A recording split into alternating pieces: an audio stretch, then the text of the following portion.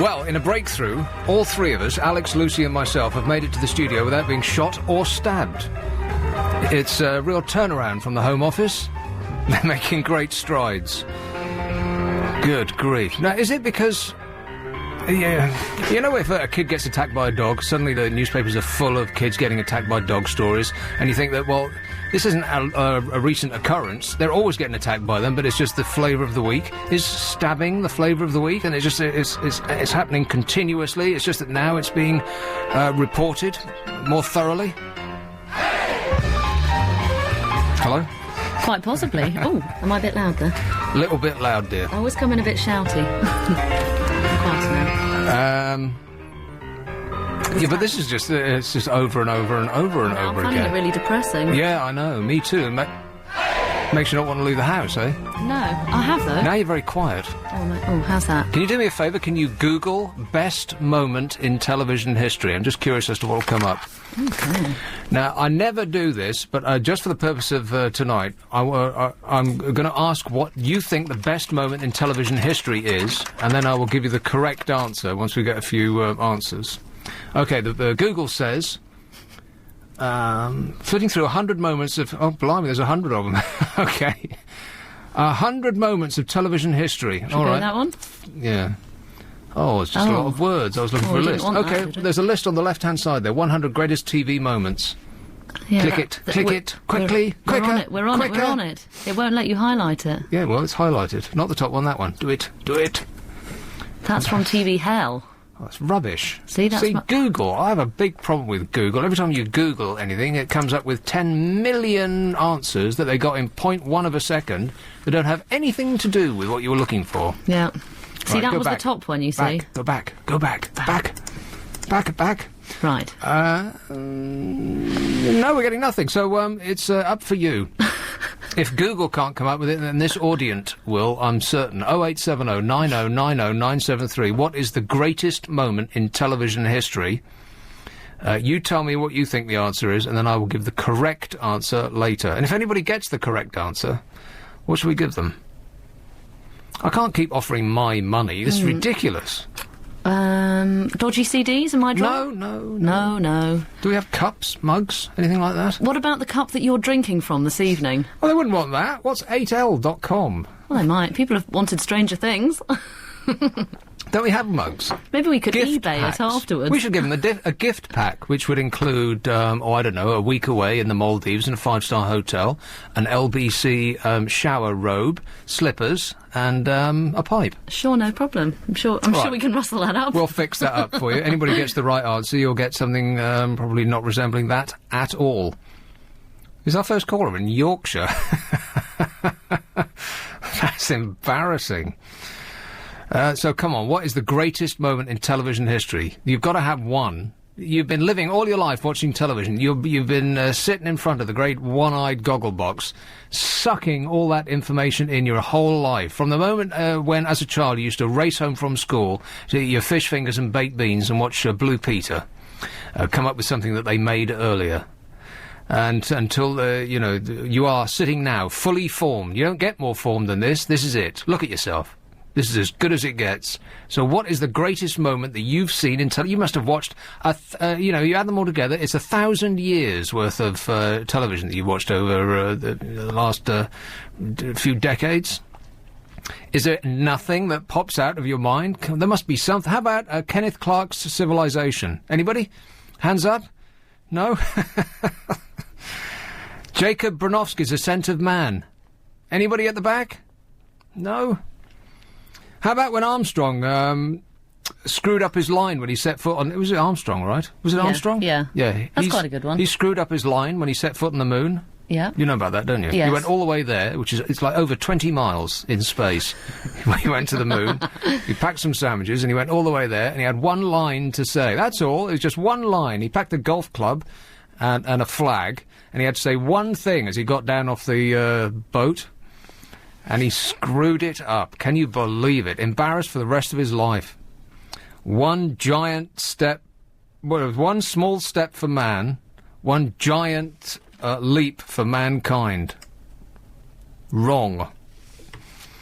How about when the bloke said, "Oh, they think it's all over." Oh, it is now. That was a moment in television history. That was televised. We've seen it over and over and over again. I hope we win again this year, because just so that we don't have to keep talking about 1960. It's just embarrassing now, isn't it? All right, well, I'll take this call in Yorkshire. I think London should be quite ashamed of themselves, actually. Being beaten to a London phone-in show by a caller in Yorkshire. Louise. You. Hey, Louise. Hey. Right, I think the best moment on TV is going to be something real stupid. Like, something from Blue Peter or Big Brother. Something from, what was the first thing? Blue Peter or Big Brother. Well, which? What's the Blue Peter moment? I don't know. You don't know? I'm asking you. That's a question. What is your most outstanding moment from all the television you've ever watched? I didn't see it, but I'd have loved to have seen it when Farmers for Justice on the National Lottery, just to see what happened last week. Well, what happened was that Eamon Holmes bravely hid behind a small woman. Oh, what about when they got the French guy on the BBC by accident as well? I can barely understand a word you're saying, Louise. What? What about when they got the French guy on the BBC by accident instead of the computer technician? Oh, yeah, I've seen that too. He handled himself tremendously well. He did a great job. Yeah. Because he sat there and you could see this wave of surprise come over his face, and he was mentally sucking his teeth. Yeah. He seemed to bumble through, as good as most of those experts do on the BBC. And you only get an expert in when you can't think of anything else to say, right? Yeah. When you can't think of anything to add to the story yourself, you get an expert in who go and you camp them in at great expense from wherever in the country they happen to be. They don't care how much it costs because it's our money. And then they pontificate for, a couple of minutes. It's like a whole day out, just for a couple of minutes chit-chat. Yeah.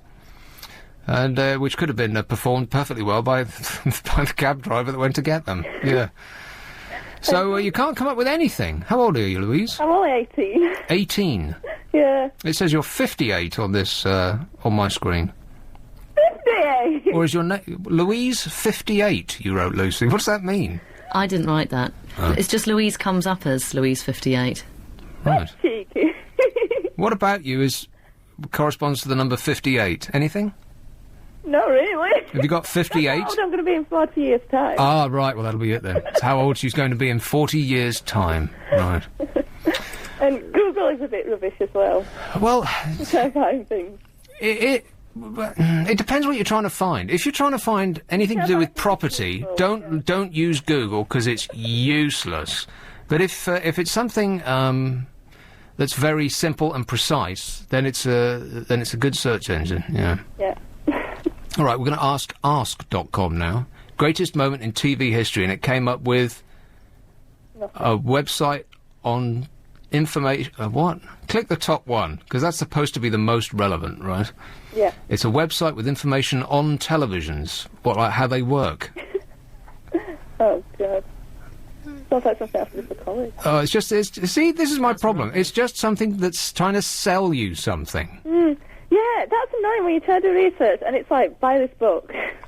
Well, it's as though someone's standing in a shop doorway, and you're looking, and you say to them, hello, and they say, I've got just what you're looking for, come in here. And you say, well, I haven't told you what it is yet. They said, well, no worry about that, just, I know exactly what you're after, this way, please.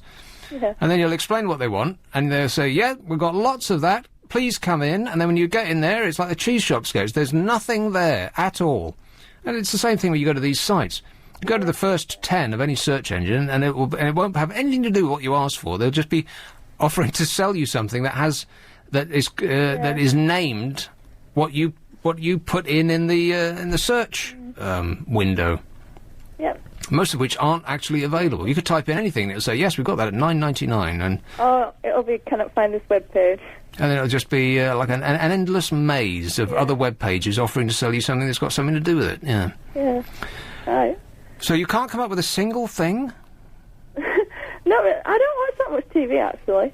I'm on to my radio in case you haven't noticed. I could live without TV. That's a silly thing to say, Louise. I could. You must missed something. What do you watch? You must watch. Come on. Desperate Housewives, Simpsons, and Lost, and that's it. Lost? Yeah. Lost? It's fantastic. Oh, it's rubbish. Are you joking? It's I watched that because the first one was great. The very first one that they spent £10 million on, or however much it was, when they first crashed, you know, the very first episode? Yeah. Great. And then after that, it was just pointless, meaningless, meandering, drifting of... It didn't go anywhere. And I'm very reluctant to give up. Once I've started watching a programme, I almost never give up. Although, as the older I get, the less time I'll give something. 24 is supposed to be good, but I haven't seen that yet. What? 24. Yeah. The only way to watch 24 is buying the DVD boxed set. Because if it only lasts 40 minutes. Because in America, an hour's programme has 20 minutes of ads in it. Which is just unbearable. Well, anything but Big Brother. Right. OK, well, that's pretty weak, Louise. You're a first caller. You're not even from London. You can't think of a single thing you've ever seen on television that is stuck in your brain. Like I said, I don't watch TV that much. I haven't been on Earth this long, so... And you should be happy there's people calling you from outside of London. Right. OK, well, let's know. Thanks, Louise. All right. Thanks for your input. Bye. Cheers. Right, well, that's nothing so far, isn't it? The greatest moment... I mean, you think of all the things that I could ask. I mean, I never asked for people to call in about anything. I just witter away, and people can join in if they like. You know, like a conversation. Because most people who listen to phone-ins have traditionally what needed to be corralled, like sheep. And I am the sheepdog. I'll say, right, you must call about this subject for an hour. And then it's easy. I get if I said, have you ever seen a ghost? That's what we'd be talking about for the next 3 hours. Have you ever seen a ghost? These phones would explode. But no, I don't do that. I'm shooting myself in the foot by not doing that because... people go, oh, I don't know, he hasn't told us what to talk about yet. And so the one time that I do, and I can think of an easier thing to ask. What's the greatest television moment in here? I mean, people watch TV, don't they? The only thing that would be easier is what's your favourite food? No, I'm not going to do that. Ah, here they are, they're all coming in now. There's a programme that must have finished at 10:15. OK, we're going to go away and come back, and all of these people will have answers coming out the yin-yang. Anna Rayburn. So there's anything with, that bloke who talks like that, and the gorilla that you see before me, that bloke. He doesn't actually have anything to do with those programmes anymore, does he? He just sit... What? Oh, he's marvellous. He is marvellous, but he doesn't have anything to do with those programmes. He doesn't go there anymore, does he? He's ancient. He suggests most of the ideas for that programme. How do you know that? I know, I saw a big interview with him last week. I did. Anyway, he's great. He is, He brilliant. is. And he has done the voiceover, or more. I don't know, it just sounds to me like he just does the voiceover, like some poor bloke goes and sets up a lean-to in the Arctic for 6 months just to wait for a polar bear to stick its face out of the mud. Because it's all mud up there now, by the way. It's completely melted. He's very upset about it. And he just does the voiceover when he comes back. He doesn't actually go schlepping anymore, does he? Oh, no, I saw him recently. They hoiked him up a tree. Oh, he does more than that. Poor David. Poor? Oh, hardly. He's only just spoken out about the environment last week for the first time, because he's never wanted to before. Why? Just because he just thought that now was the time that he should alert people to what's happening to the world after he's travelled around it a lot. That's a good thing. I guess so, yeah. Well, he's seen it firsthand, which is always a good angle, isn't it? Well, I suppose so. But the evidence is conflicting. That's what George Bush would say. Well, yes. Although I have heard that there's a very good book out that I want to read, but I can't remember the blooming name of it now. Thanks for that. I know, it's not very helpful. But it challenges the whole debate about water rising and the sea levels. And where is all the water going? Where is all the water going? Yeah, well, you know the whole thing of how... perhaps you shouldn't tell us. Did they reveal it at the end? The butler took it. No. No, it's not like a Cluedo book. It's just, you know, it's a very interesting point that all this water's coming in and all the sea levels are rising, but we're not really seeing the coastline deteriorate that much. Where's it going? Yeah, exactly. Maybe aliens from space are nicking it. Maybe David Bowie's flown in on his spaceship and he's stealing the water for use on his home planet. You remember that movie, don't you? Name that movie. I don't know. Hey, Pat. Hello there. Pat. Good moments on TV. Yes. As I've been thinking about it, they've actually been factual moments, things that have actually happened, or funny moments. But the things that have actually happened, very, very interesting. The tsunami, the pictures of the tsunami, the pictures of those aircraft going into the Twin Towers. Well, things that look like movie special effects. Well, I mean, incredible pictures, if you think about it. Yeah, but not quite what we're after, though. The greatest moment in television history. I wouldn't say that... Oh, television... when you say television history, do you mean the history of all the programmes? Yeah, not the actual invention of it. No. Not the move to high definition. No, well, I wouldn't know what that meant, so... Try and keep up, Pat. Have you gone digital? Go on, explain to me then, high definition. Have you gone digital? It just looks better. Not a lot better, it must be said. 'Cause if you ever go into... your local department store and they've got the high definition TV set up, you look at it and you think, well, it's a little bit better, but it's not. My eyes are not out on stalks. Oh, right. Is it worth another $3,000? And you think, well, You could get a car for that. exactly, you could get a car for that. Yeah, quite.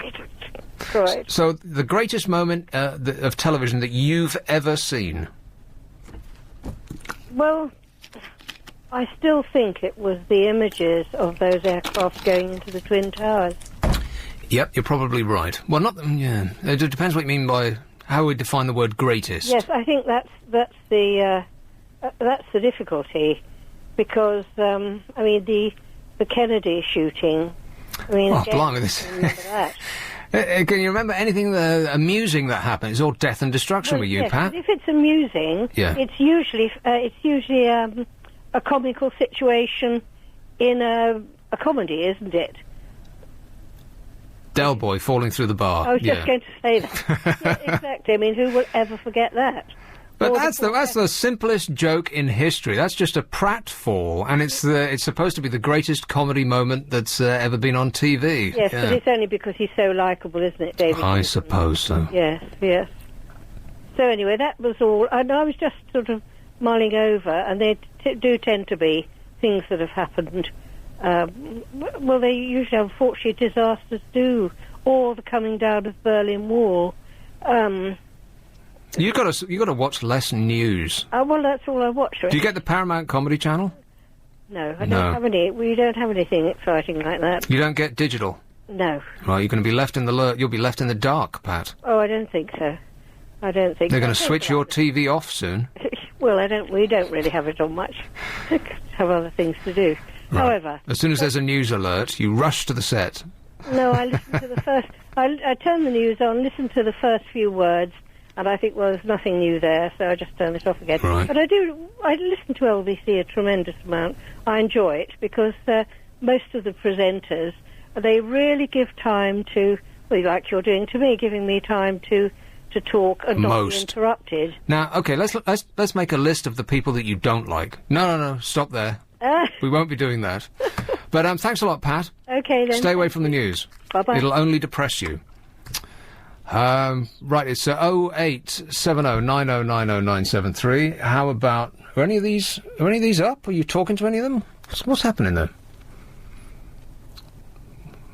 She's making a... I'm just talking to It's either the rudest sign in the world, or you're making like she's on the phone, but she's shaking her hand back and forth.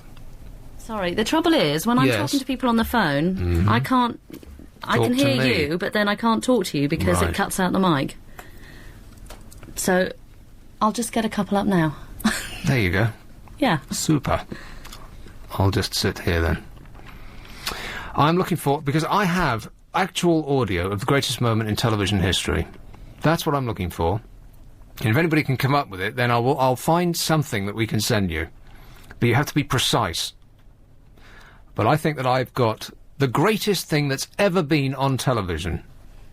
And I won't tell you from which era it came, but it might be in the forefront of your mind.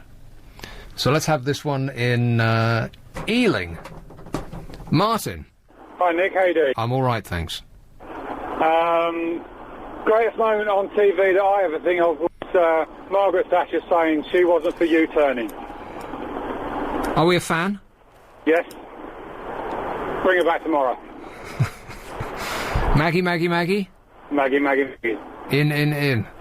Oh, well, we should, yeah, because get rid of the Oh, well, we don't want to delve into politics, but I pretty much know what you're going to say next. All right, thanks a lot, Martin. Yeah, cheers. Ta-ta. All right, I'll add it to the list. Margaret Thatcher saying she's not for turning. Also, the moment that she came out of Downing Street and she cried. She actually looked like a real human being. Not for turning. OK, so far on the list. Kenneth Clarke's Civilization, Jacob Bronowski's The Ascent of Man. I put that in for the ABC ones. When Armstrong landed on the moon, they think it's all over, it is now. And Margaret Thatcher, not for turning, and crying. Right. Shall I also add Kinnock falling in the sea? Forget that. Falling in the sea, right. Any other political ones that come to mind? Lovely. I'll give you more in just a second, okay. Oh, Thanks. Prescott's punch-up, excellent. He didn't think about that for a second, did he? He just reacted instinctively and just whacked the guy. And the funniest part, and he was like a southpaw. He whacked him with his left hand, didn't he? Is John Prescott left-handed, or is he right-handed? Because if he's right-handed and he hit him with his left, he was just softening up with his left to put the knockout blow with his right. So the bloke was like giant haystack. He was enormous, yes. He looked like he didn't need a plough.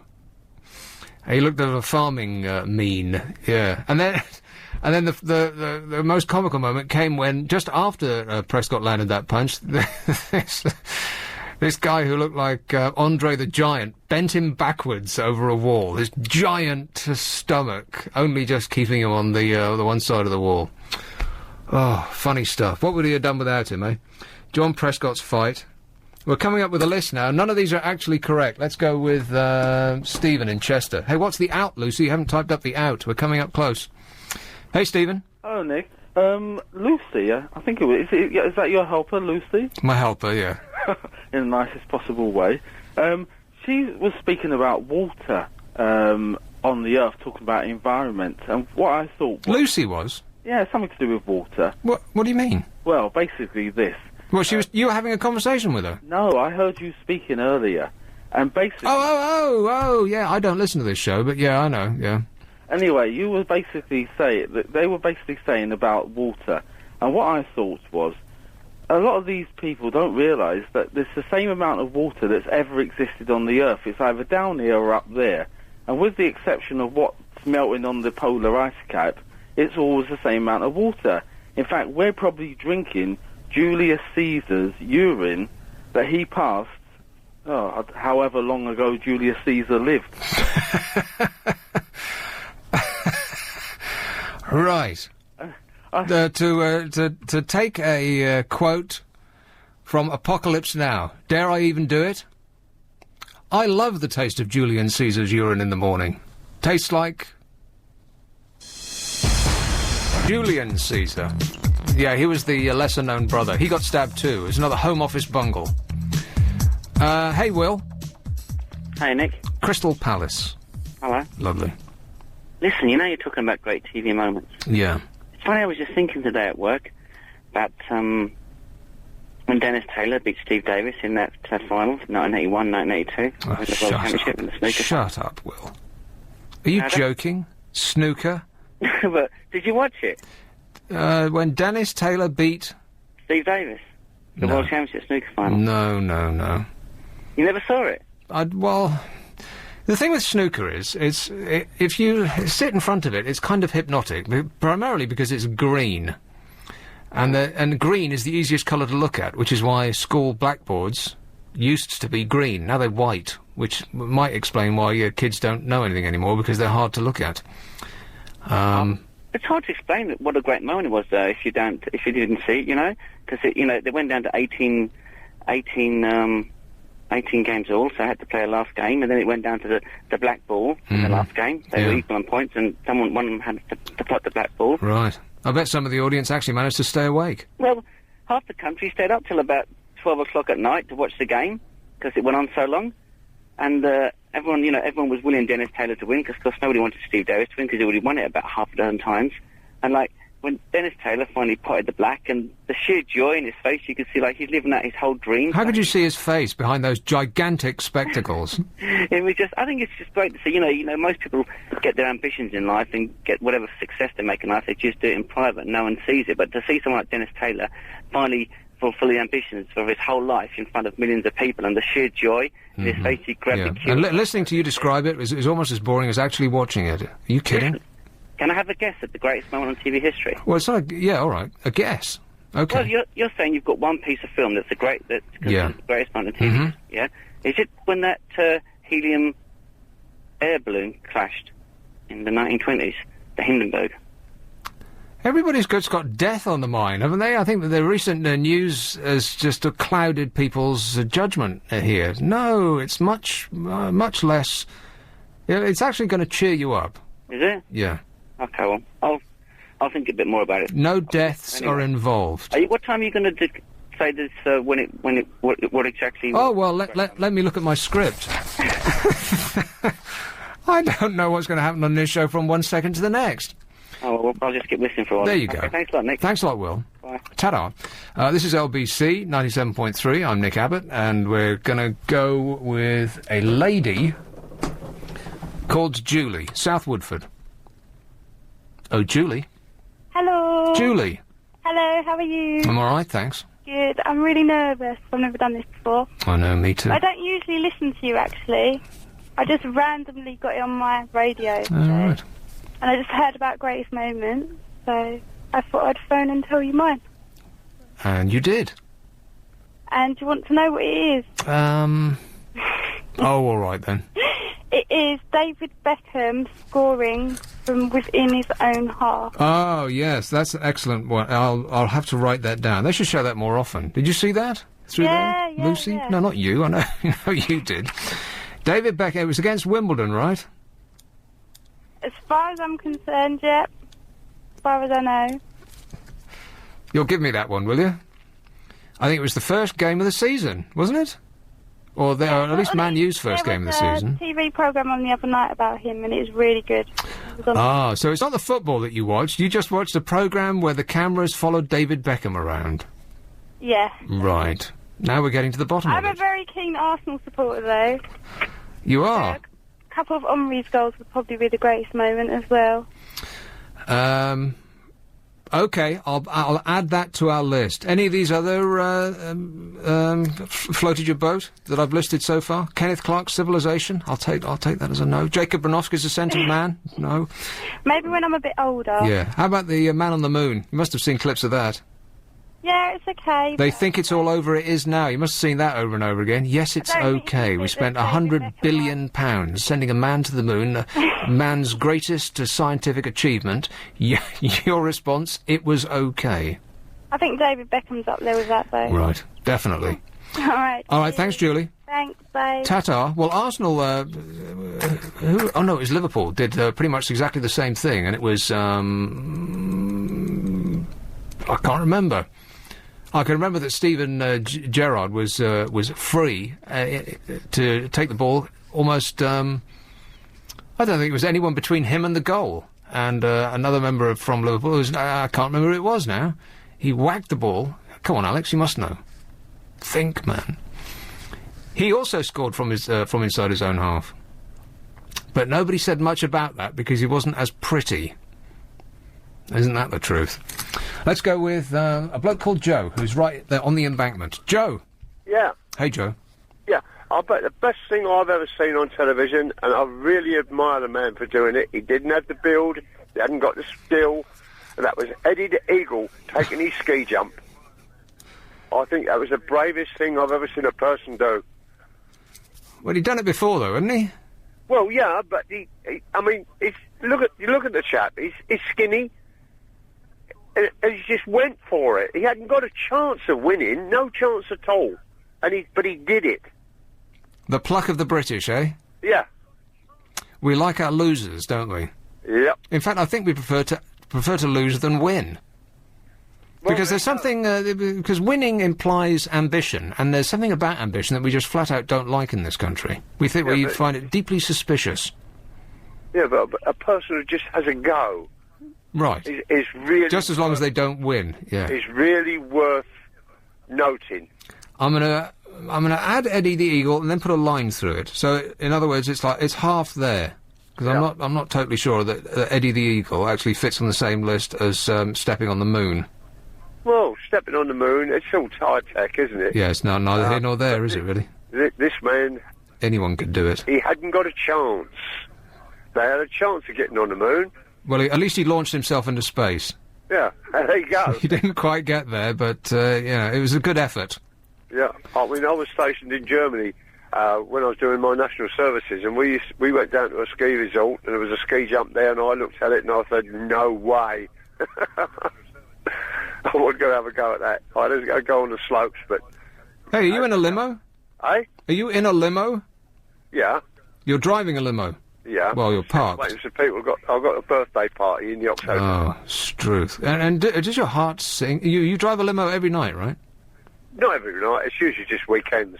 And doesn't your heart sink when those shell-suited nightmares troop into the back of your... Is every surface wiped clean? I bet it is. Oh, yeah. It's all clean, yeah. No, that's not quite what I meant.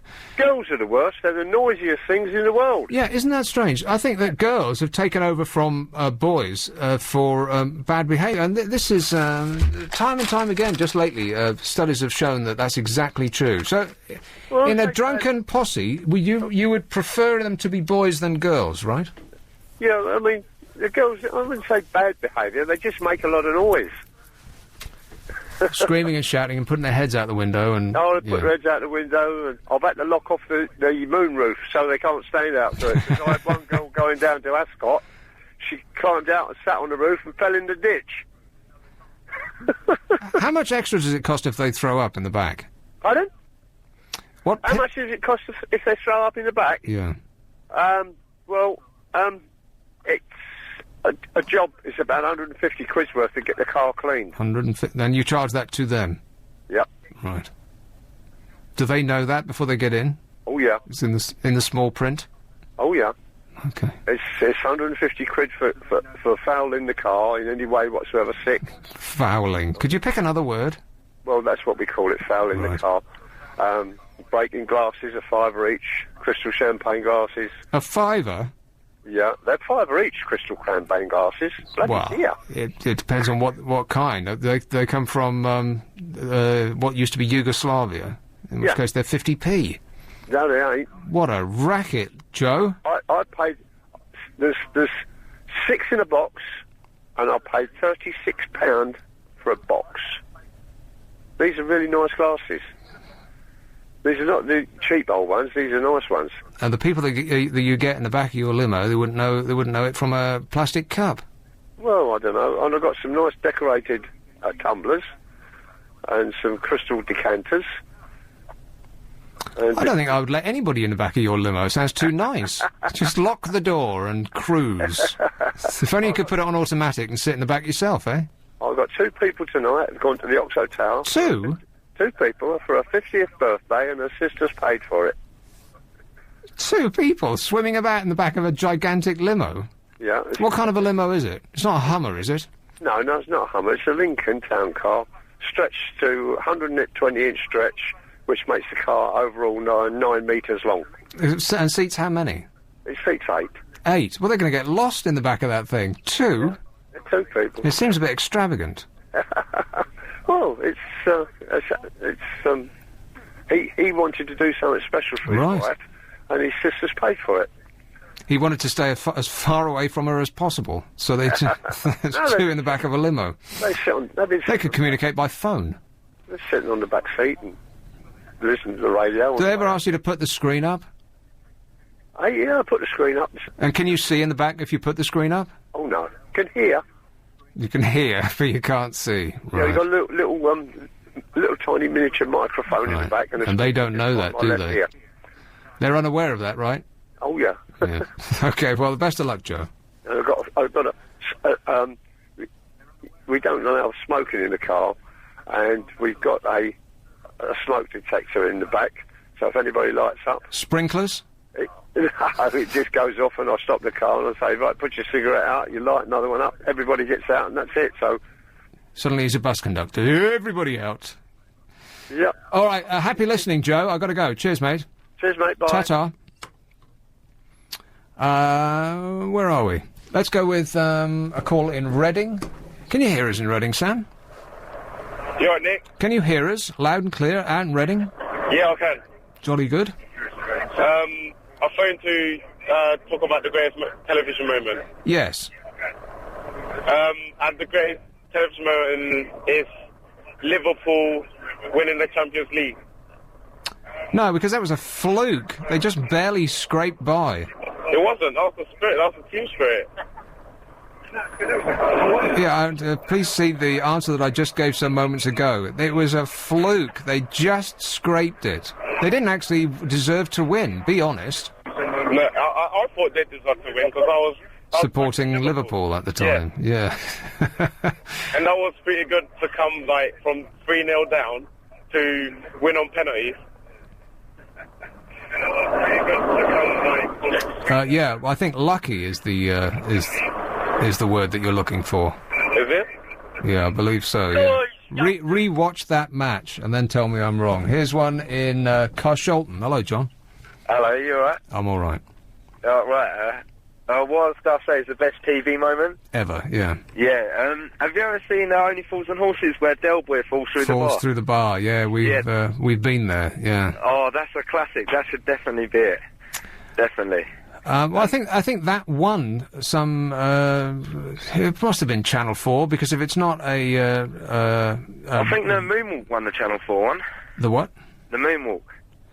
No, it was comic moments. They're forever doing top 10 lists, and I think they did a top 10 or top. If they've got a whole evening of that's blank in their schedules, they just throw on a top 100 list, and they'll ask the public to vote for it. But if it's anything like radio stations that I've worked on in the past, those votes go straight into. They don't even count them. They just put in whatever, like those top 100, your 100 favourite songs of all time. We're going to be playing them on Christmas Day, and it's got nothing to do with the. There's just a phone that's ringing in the corner of the room, ringing and ringing and ringing, and they just write them out themselves. Well, they get the computers to do it. What songs have we played the most in the last year? And they'll rack it up, and oh gosh, what a surprise! It's Robbie Williams with Angels. Oh, Struth, not again.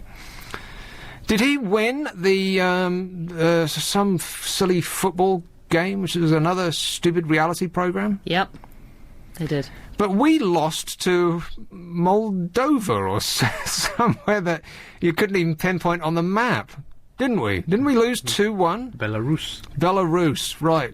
Moldova, Belarus, who can tell the difference? Well, I mean, were you any idea where they are? Belarus?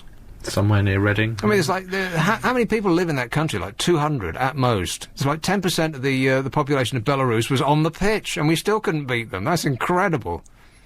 And we had our strike, our what will probably be our #1 strike partnership at the front. That was pathetic. But I didn't read word one of it in the papers. No, because ordinarily at this point in the proceedings, you'd think that the papers would be asking for Thingo's head, but there's nothing. All it is will Rooney play, and he won't. I'm telling you right now, Wayne Rooney won't play. Here's why he's going. Here's why they've been saying, oh, he's been making the best. He's like the $6 million man. He's a robot. The reason that they're doing that is the same reason. Do we have to go to the ads now, or shall I come back and do this? I'll come back and do it. I'll come back and do it. Going to go away to come back. Bog off, Abbott. You remember back in the final of the last World Cup, Ronaldo came on for the final, having kind of been nowhere during the tournament, right, because there was something wrong with him. And he suspiciously arrived looking in a daze and didn't contribute to proceedings at all. But he was on the pitch in the final, the most televised event probably that year. The whole world, apart from America, was watching. Why was he on the pitch? Why would you think? Hazard a guess. Because he was the most famous player? No. Oh. Alex? I was going to say the same thing. I suspect that the reason that he was on the pitch is the same reason that Wayne Rooney is going to the World Cup. Advertising.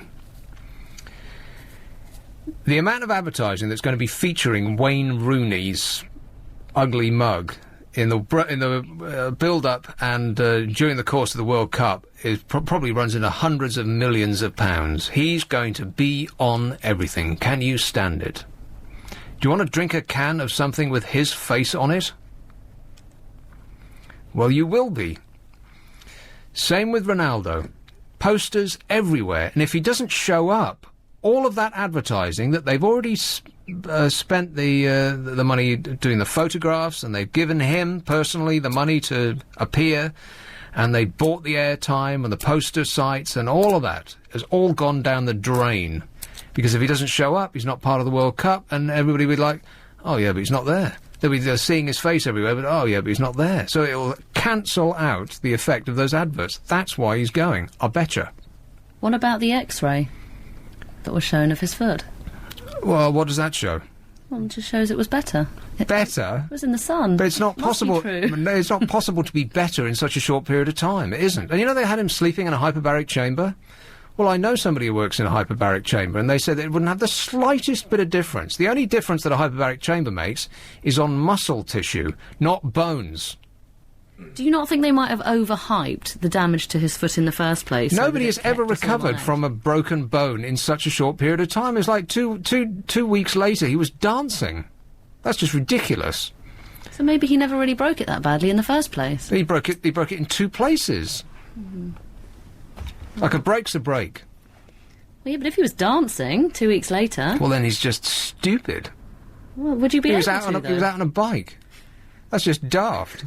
Isn't it? He should have his foot up, encased in something that looks like a moon boot. I bet the only reason that he's going is that the advertisers have been on the phone screaming.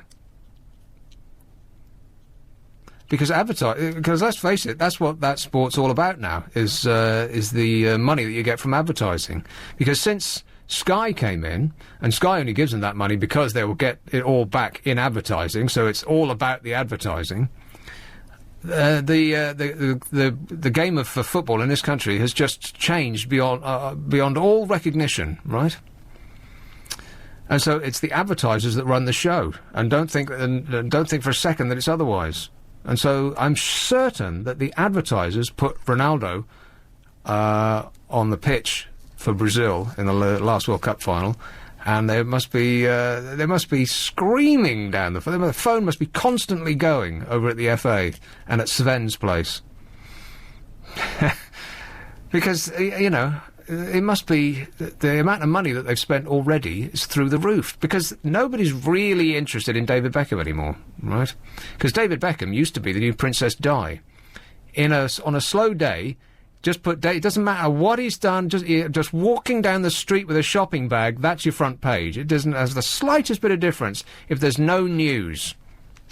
Kind of like watching those rolling 24-hour TV news channels, where every 2 seconds they'll have this giant banner that says "Breaking News," and you can barely see the newsreaders above the banner. This is like, it's like the what's that thing that people used to draw with the guy's eyes and the fingers over it, and it's what's that? It's so somebody was here. Oh, come on. Have you got your head in your hands because you can't believe I'm saying this, or because you're trying to... No, I'm trying to think. Right. I know the one you mean, with the long nose. Yeah. He's just peering over a wall and his hands are on either side, and it's... Somebody was here. Ah! Bits of my brain are leaking out my ears all the time. You notice that? You probably noticed that yourself. All that brown stuff that you stick your finger in your ear and you come out with a little bit of brown, that's actual brain. And the more of it leaks, and it never gets replaced. All that stuff that leaks out, your brain is getting actually smaller and smaller. That's an actual fact. Somebody was here. Kilroy! Got it. Hi, Let's go with Kennington. Hello, Nick. Hi, Nick. How are you? I'm all right. Good, fantastic. I wanted, if possible, to speak to you about the greatest television moment. Yes, all right. I was slightly confused for a second as to what greatest exactly meant. But I was thinking, if possible, I could give you two of mine, one of which is just a personal one, and then one is in a sort of global reach greatest, if that would be okay. You speak way too posh to be living in Kennington. Are you sure that Lucy mistyped and it's actually Kensington? No, it's definitely Kennington. Right. Definitely Kennington. I would never step out your flat, ever. I think I'll be okay. It's a nice area. Okay. My personal one is if it hasn't come up already this evening, it's the World Cup, the Rugby World Cup, Johnny Wilkinson dropped Right. goal. Well, nobody's interested in rugby, so carry on. Right, okay. And the second one, in terms of as I said, global reach and for its time, would be the Queen's coronation. Oh, Struth, you are too posh to be living in Kennington. I think you've either gone too far and strayed south of the river by accident, or you haven't gone far enough, and you should actually be in Surrey. The Queen's coronation? Well, come on. No, I'm not making any comments towards the royal family or anything like that, but I'm just saying in terms of the amount of people around the world of complete different creeds, religions, backgrounds, etc., all watching this one thing. That's pretty great, I would have thought. Prince Philip just said something excellent. Every time he opens his mouth, it's great, isn't it? He was on the front page of the Telegraph, I think, today, and he said something like... something like that. They quoted him directly. That was it, I think. It was and then he's kind of like a car starting up on a cold morning, isn't he? And then he eventually gets going. Oh. He said... Oh, I didn't know what else to say. He doesn't like the Olympics opening ceremony because it interferes with horse riding or something like that. Yeah, I think they're quite keen on the racing, aren't they? He said, bloody thing is like, why do they ban it? He said, back in the day when it used to be an amateur event, and it used to be an amateur event. It's supposed to be an amateur event, isn't it? The Olympics. It's as far removed from amateur anything. I mean, only curling is an amateur sport now, right? Because nobody's interested enough to pay people to do it. Can you believe they got curling in the Winter Olympics? Well, they've got like 3 sports, and then they just have to think up other stuff to fill in the time, don't they? Yeah, well... Anyway, how do we get on to this? Here's another one I'll add to the list. You remember the guy in the wheelchair that shot the burning arrow into the dish that set off the Olympic flame in Barcelona? That is one of the greatest moments in television history. The whole world was looking at that guy, and there's still part of me that thinks rather suspiciously, did he actually fire it in there, or did they just click the... like a pilot light on your stove, and they just... The arrow actually went flying. Yeah. It looked like it did. So let's believe that. Let's be positive now and believe that he actually did that. The entire world, which is 3 billion, 4 billion people. I don't know. When you count the first billion, you start to lose interest in counting anymore. Loads of people were watching that bloke in a wheelchair firing an arrow, a flame. And it wasn't a short distance either. It was a long way. Yeah. And if he'd missed, think of the disaster, the personal and national disaster that would have been. Because they'd have had to start the entire ceremony again. Everybody would have to file back out. Yep. He's right about that, though. It is deeply, deathly boring, the opening ceremony. If they could cut the athletes coming out and waving, which takes about 10 hours, then it would be a better ceremony. Just lots of people, drifting about in chiffon for artistic purposes, or whatever it is they do at the beginning. Much better. It's the closing one that goes on too long. At the end of all these events. What happens in the close? What, do they all file back out again? They all go back onto the stage and all wander around, and there's lots of music, etc., etc., but... Just as long as Madonna doesn't come along and sing. Oh, Struth. Herself, yeah. Yes.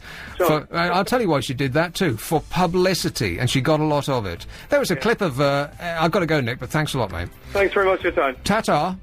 Cheers. There was a clip of Madonna singing on her recent tour that I saw on the... oh, blimey. After all these years, can that woman sing? No! So, anybody get shot in there during the first hour? No? You want to feel around your body? Any stray bullets that come your way? No? Well, we made it. Everyone's thrilled. What is going on? I mean, this is like listening to American news. Recent deaths in your area, which used to, in America, could number 100 in any one day. But in this country, you used to be able to... well, people would get away with a clip around the ear from your local bobby. And now, it's just not the same anymore. And somebody touched on this in the last hour, and they said that girls are now... it was their limo driver, that girls are now worse behaved than boys. And you know what? He's right. This appeared in the Times a little while ago, and, like most things that I clip out, I never actually get around to saying about them on air, and I just end up carrying great reams of paper around with me. But as I've started, like what's-his-name used to say, I'll finish. If you're not sitting down already, you might like to ask that nice boy on the train to give up his seat for you before reading on, because researchers have come up with some shocking findings. Teenage boys today are better behaved than those of a generation ago. Hands up who believes that. Anybody? A survey of 14 to 15-year-olds suggests that today's adolescent males are, in general, less likely to steal, fight, play truant, vandalise, smoke and take drugs than their parents' generation. That would put their parents at, 40? So they were teenagers in the 70s. No. I don't believe that. Because kids these days smoke dope in school. Smoking a cigarette in school was about the worst thing that people could think of doing when I was at school. Like taking drugs in school? It's completely alien to us, right? Are you with me, Lucy? I am with you. I agree. It was the same when I was at school too. The picture is far less rosy for teenage girls, though, it says. Not only do they fight, play truant, take drugs, and drink more than girls of their age did 20 years ago, they've also overtaken boys in some problem behaviour. What, like the previous list is not problem behaviour? The girls are not behaving worse than boys did 20 years ago generally, but current adolescent girls are more likely than boys to be binge drinkers. 29% to 11%. Oh, I see. 29% of girls to 11% of boys. Huh. Does that sound right? Binge drinking in school. And more often sexually active than boys. 23% of girls to 11% of boys. That doesn't really surprise me so much. 23% of girls and only 11% of boys. But girls so those sexually active boys must be in massive demand. Well, yes, I guess that is a way of looking at it. Said Professor Colin of Psychiatric Social Work at the Institute of Health and Community Studies at Bournemouth University. Bournemouth University? Have they got a university? That's nice. Girls today are also more likely than boys to steal, play truant and use cannabis. I find that all a bit surprising, don't you? The findings indicate the proportion of boys fighting declined from 42% to 19% between 1985 and 2005. That's like half. Only half as many boys fight now as they did in 1985. Hands up who believes that. Anybody? No? It's possible, now they've got weapons. But what, you mean the fighting now ends really quickly? Well, probably, yeah. You'd be less likely to have a punch-up, wouldn't you, if you've got a knife in your pocket? No, I think the reverse is true. You'd feel more empowered. Yeah. Well, yeah, but I think that boys used to probably enjoy having a punch-up more. Well, they still do. Yeah, but now it's much more serious, isn't it? I mean, now you might kill someone when you do it. Whereas before you just want to give someone a bloody nose. Yeah, but I don't think any of the people that actually kill anybody have thought it through. They just do it in the heat of the moment. Yeah, like, the heat of the moment. Who's that? Name that song. Don't know. It was beautifully sung, though. You know nothing about I'll tell you rock what music. I do know. Yes. Beryl rang in earlier. Oh, Beryl. And the person that Who's you that? Were describing, that you and Alex couldn't remember the name of. Kilroy. I'll give you a clue. Kilroy. Starts with a C. Kilroy. No. Starts with a K. It's Kilroy. Kilroy was here. No. The little hands over the wall. Yeah. C. C. H. Ch. A. Cha. Duh. Chad. Chad. Chad? Apparently it was Chad. No, but thanks for playing. Kilroy. Am I right, Alex? I think Chad. it was Chad. I'm sorry to say. Chad? The only Chad I've ever heard of was in the Florida elections when it was hanging. It's a very American name. Chad. I've never heard of that before in my life. Kilroy was here. Chad was here. Are you saying that it was Chad was here? Chad? What you were describing with the pointy nose? Mm-hmm. Yeah. Yeah, well, that's what Beryl says. Well, who So the I'm hell's just gonna- Beryl? Well, Beryl from Woodford. Oh, well, you should have said Beryl from Woodford. Let's have one in poshest Regent Street. Hello, Sue. Hello, Nick. Sue. I must say I'm with Beryl. I remember Chad over the wall. Never heard of him. Well, you're obviously not as old as I am. Can you Google him for me, Lucy? You got the time?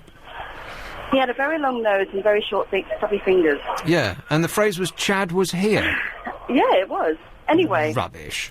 I've just called to tell you about my favourite TV moment. Oh yeah, I'm getting a bit bored of this. Well, I'll go back to asking for nothing, and then the calls will start to get much better. I've been listening to you for a few weeks, and I know you'll think I'm terribly sentimental, but it goes back to 1989. And it's basically, I remember sitting in the TV one night watching when the Berlin Wall was knocked down. Yeah. And that for me was just an amazing moment, and I just wanted to share that with your listeners. Well, yes, all right. I'll add that Berlin Wall. I knew you'd think it was sentimental. Well, not really. I can remember it kind of brought a tear to my eye as well. I'd never been to Berlin, still haven't. Doesn't really appeal, but yes, because they started hammering at it like crazy people, didn't they? Yeah. Because I think they had a premonition that eBay would exist at some point in the future. That's very cynical of you. And if they chipped a bit off, they'd be able to flog it. Well, I really wish I had a bit now, then I could do that. So. Hey, where are you, Sue? I'm in Regent Street. It sounds like you're in a party. There's no party in Regent Street, No, is there? there's lots of people passing me by. I'm on a little alleyway. I thought I'd come up the alleyway to talk to you, but it's much, much noisier down here. Sue, get out of the alley. Run, run. Drop the phone and run, screaming out of the alley. I will. Nice to talk. Cheers, Sue. Thanks then. Bye. Ta-da. 0870 90 90 973. I've got audio of the greatest moment in television history, and I don't want to talk about this all night long. Please start taking calls from people who don't want to talk about TV. You know, anything else. It's just like pub chat here. I've got a TV moment. A personal TV moment? Or Yeah, one that was it's called quite in? geeky. Okay, here we go. Something to do with Star Trek, no doubt. It's trains. It's Trains. worse. Okay. It's when they had that nuclear waste thing was going on, and they smashed a train into a concrete wall at high speed. You're looking at it very blankly. Well, no, I'm actually imagining it. I didn't see it, but It I'm was imagining great. it. They re-show it occasionally. It's a very short clip, and the locomotive, as I believe trained people would say, smashed to millions of pieces, and it was the best thing ever. Well, like something that appeared to be a cinema special effect. Yeah, it was a thing young boys do with their toys, but with a real life train. There's a similar clip of because they often It'll be seen with your lights, isn't it? fly planes into the ground, and there was like a 747 or something of that size that was robotically name? driven straight into the ground and burst into flames, and that often gets shown in slow motion. But that's just like another cinema special effect. But okay, But it was a news story at the time, so I thought maybe I can. I'll write that down. I could see you. No, I'm putting train down. So, okay, so far on the list we've got Kenneth Clarke. These are the first ones are the ones that I did, like as a starter. And I thought, there's bound to be thousands upon thousands of people ringing in and saying Kenneth Clarke's Civilization, right? How many, can you even count the amount of people that that have rung in and are saying that? Jacob Bronowski's Ascent of Man, that was your starter for 2. And then Landing on the Moon, when he screwed up his one line. They Think It's All Over It Is Now. Over and over, and we haven't heard the last of that either. They'll be playing it constantly from now. It's only a couple of weeks away, isn't it? Isn't that scary? Only a couple of weeks away. Have you got your flag on your car yet? I'm remaining neutral. Okay, got You're that. remaining neutral? What does that mean? Let me I just... don't know. Where are you from? I'm half Scottish. 36, 32, 32. I'll ring you back in And just a not minute. at all okay, English. Cheers, Dermot. Bye-bye. Well, I'm half Scottish and half Welsh, and 100% English. Obviously, hold the line, please. I don't know what I am. But I'm not going to put a flag on my car because I'm sure someone will nick it. Yeah. And I haven't got an aerial to attach it to anyway. And you know, if you got one in the windows, I'm slightly suspicious that it would make your car easier to break into. It would certainly make it more visible. You have to leave a small crack to put it in. Yeah. Like you got a dog in there. Kinnock falling into the sea, and John Prescott punching the guy with his left fist. And like I said earlier on, if you punched him with if he's actually right-handed, you punch them with the left fist in order to soften them up for the big blow that's coming with the right. So it was. He used to be a boxer, though, right? So maybe it was just instinctual. He's crazy. And then David Beckham against Wimbledon. I think it was the first game of the season when he still had blonde floppy hair. And he scored from inside his own half. And we previously never heard of the guy, right? Because he was brand new in the team, and he hadn't troubled the front pages at all. And then he scored that goal, and then the rest is financial history. And that's it so far, apart from your train and the Berlin Wall, which is weak, right? Because other people have come up with virtually nothing at all. But I don't want to take calls about this all night, because I have the greatest moment in television history. You'll tell me when this has gone on too long and I should start playing it, won't you, Lucy? Right, let's go with a bloke in Kingston. Simon. Hi, Nick. Simon. You're talking about Ronaldo earlier. Yes. And you were... Why do Brazilians only have one name, by the way? Sorry? Why do Brazilians only have one name? I have absolutely no idea. I suspect they have lots, but the surnames are the easy ones to pronounce. I've no idea. But don't you find that curious? Because I've always wondered about that. They only ever have one name. Yeah. Like Ronaldinho. Like Madonna. And... Seriously, though, did you see Madonna on that clip that they were playing on the news? She's, trying to court controversy again, doing the same thing again for... is that the hanging from the cross thing? £10,000 a ticket, and she cannot sing. I can't say I've ever been a huge Madonna fan. Can Madonna sing? No. No. No. Neither can I, though. Right, well, I wouldn't spend 500 quid on a ticket to see you, either. No. But then, I wouldn't want anybody to you know. I can't say that would really bother me. Right. No, the thing I was going to say about Ronaldo is the reason you were thinking of the World Cup in France in '98, and he had some kind of mysterious illness ahead of the World Cup final. And then he was kind of absolutely, everybody was saying, oh, there's not a chance of him playing. And then suddenly, there he is in the starting lineup. And it was all to do with the sponsorship deal that Brazil had with Nike. Nike? Yeah. Nike? Or Nike, or whichever way you want to pronounce it. Right, well, we don't know that. You're surmising that. Well... Yes. And the less said about that, the better. I did better than that. I made it more generic. I said, it had something to do with advertising. But you went straight for the jugular, and you picked on probably one of the biggest companies in the whole wide world, who are at this moment cold starting their lawyers. But thanks, Simon. We'll be out of business by next week. Cheers, mate. Ta-da. This is LBC 97.3. I'm Nick Abbott. I'm going to put you out of your mystery in a while, because I have actual audio of the greatest moment in television history. Did I do this thing about slugs and snails and boys are actually better than girls? Now I did that. Right, let's go with Lynn in Brixton. Hello. Lynn. I'm ringing to tell you that it was definitely Chad that was the name of that drawing you've described. I've never heard of that. Yes, it was during the war. We used to scribble it all over our books at school. And also, it was when there were shortages, like, for instance, we never saw a banana during the war.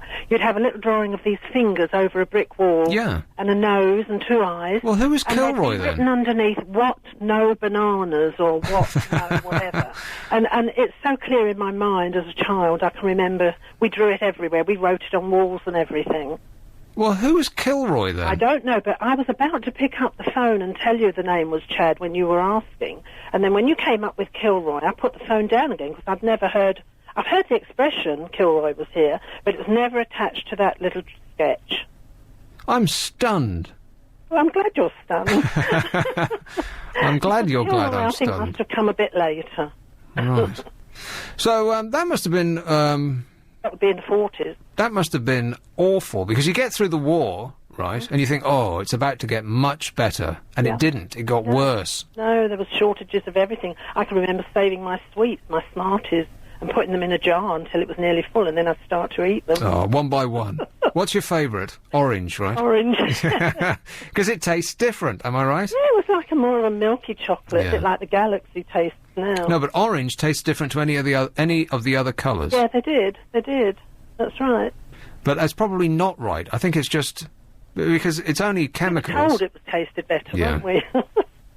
But the drawing, I can see it so clearly in my head. I could still sit and draw it now. Yeah, me It too. was just such a simple sketch. Kilroy was Just here. the fingers over the wall. Yeah, and the nose and the eyes. Your nose and the eyes and the little round head. Well, I've come to this point in my life, and I've got that wrong. I can't believe that. Yeah, I don't know what the Kilroy connection. You know, it was only recently that I discovered that I grew up until I was virtually middle-aged, and I got the words to the Dad's Army song wrong. Because I thought it was, who do you think you're kidding, Mr. Hitler, if you think I'm on the run, blah, blah, blah, blah, blah. And then it's, Mr. Brown goes off to town on the A21. And then for the longest time, until just recently, I thought it was, but he comes only cheeving, and he's ready with his gun. And I thought that cheeving was perhaps something that, was common in the war. Maybe it had something to do with... No, don't reckon. But that's not what it is at all. It's he comes home each evening. That's it. That's the one. Yeah. Anyway, as I say, it's definitely Chad, and I'll argue with anybody about that. Wow. Get back in your box, Lynn. Thank you. All right. Bye-bye. Cheers. Ta-da. This is LBC. Way past a break. Now. Let's go with one in Wood Green. Hello, Dermot. Hello, Nick. Dermot. Your caller, sorry, the person who phoned up about the dramatic train crash. Yeah. No, what that was all about was an attempt by British Nuclear Fuels to show that it is safe to transport nuclear waste by train, and what we'll do, to show how safe it is, that we will drive this big locomotive at 60 miles an hour or whatever into the canister that the nuclear waste is contained in. Really, really, really safe, and they did that, and whatever, they got some independent people to examine the canister after the event. So it wasn't a train carrying the canister, they'd smashed the train into the canister. They got a locomotive to crash the train directly into the canister. And how did that work out for them? Well, the independent, the independent expert says that, no, there was no cracks and there was no leakage of the nuclear waste. Right, they said that with all three of their mouths, yeah. But I wouldn't matter which, I don't think anybody wants nuclear waste. And everybody in the crowd clapped their fins in agreement. Yeah. Can I tell you another very dramatic moment? It comes from Northern Ireland, concerning, and it's one of those moments that I think will live in people's memories forever. It concerns two soldiers. Now, wait a minute. Is this going to be? Is this going to upset us? No, it's broadcast on TV. Yeah, I know, but is it going to upset us? Well, no, I don't think so. It's really dramatic. There was an IRA funeral. I bet it's going to upset us. No, there had been attacks on a funeral apparently a few days previously. Right, it's not the one where they... I think you're going to upset us now, Dermot. No, but that's what television is about. Look at Big Brother. Well, answer me this honestly. Yeah. Is what you're about to say upsetting? Yes. Maybe to some. Yes. In other words, yes. I think we'll stop right there. But thanks a lot, Dermot. I think we missed a bullet there, or perhaps I should rephrase that. Yikes. So anyway, this is LBC. I'm going to, after the news, I'll play the greatest moment in television here, because I can't keep dragging this out forever, because people are calling in with things that happened in the news. That's not what I'm after at all. Greatest moment in television is, something that has gone with us happy thoughts, Everybody's so depressed these days. I mean, I know the news is just like a nightmare these days, but cheer up. Let's talk about psychics for a moment. Let's go on a giant swerve to the right. Psychic powers like premonitions and mind reading are widespread among Brits, a survey reveals. 6 out of 10 believe in the possibility of psychic ability, while half have had a premonition or dreamed of an event before it happened. You ever thought about that? You ever dreamed of an event before it happened? It's a direct question to you, Lucy. Yes. I probably have, yes. What does that mean? Well, I'm Were you trying just to think agreeing of one with me specific- now? Well, so you agreed with me in order to just put me on hold while you thought of the correct answer? A quarter of the 1,005 adults quizzed for Reader's Digest knew a family member was ill or in trouble before being told. You ever felt that? No. And 43% had tapped into other people's thoughts or had their own read. Well, that's two completely different things, isn't it? Like Oh, okay. I guess it's not. 43% had tapped into other people's thoughts or had their own read. Now, is that when a couple will say, after a long period of silence, they'll say the same thing in unison? That's just because, I mean, that's not really psychic ability. That's just because you've been sitting there for the longest period of time and you start to think alike, right? As you look alike. Yes? No? Yes, well... More than 2/3 sense when someone is looking at them. Now, that is common. Now, I have had that. But now, that just might be explained that you can see them in your peripheral vision. But sometimes it's behind you, and you get this creeping sense that you're being stared at, right? A similar number know who is calling when the phone rings. Well, if it's 7:30 at night, it's somebody trying to sell you insurance, isn't it? Or do a survey. They keep ringing me to do.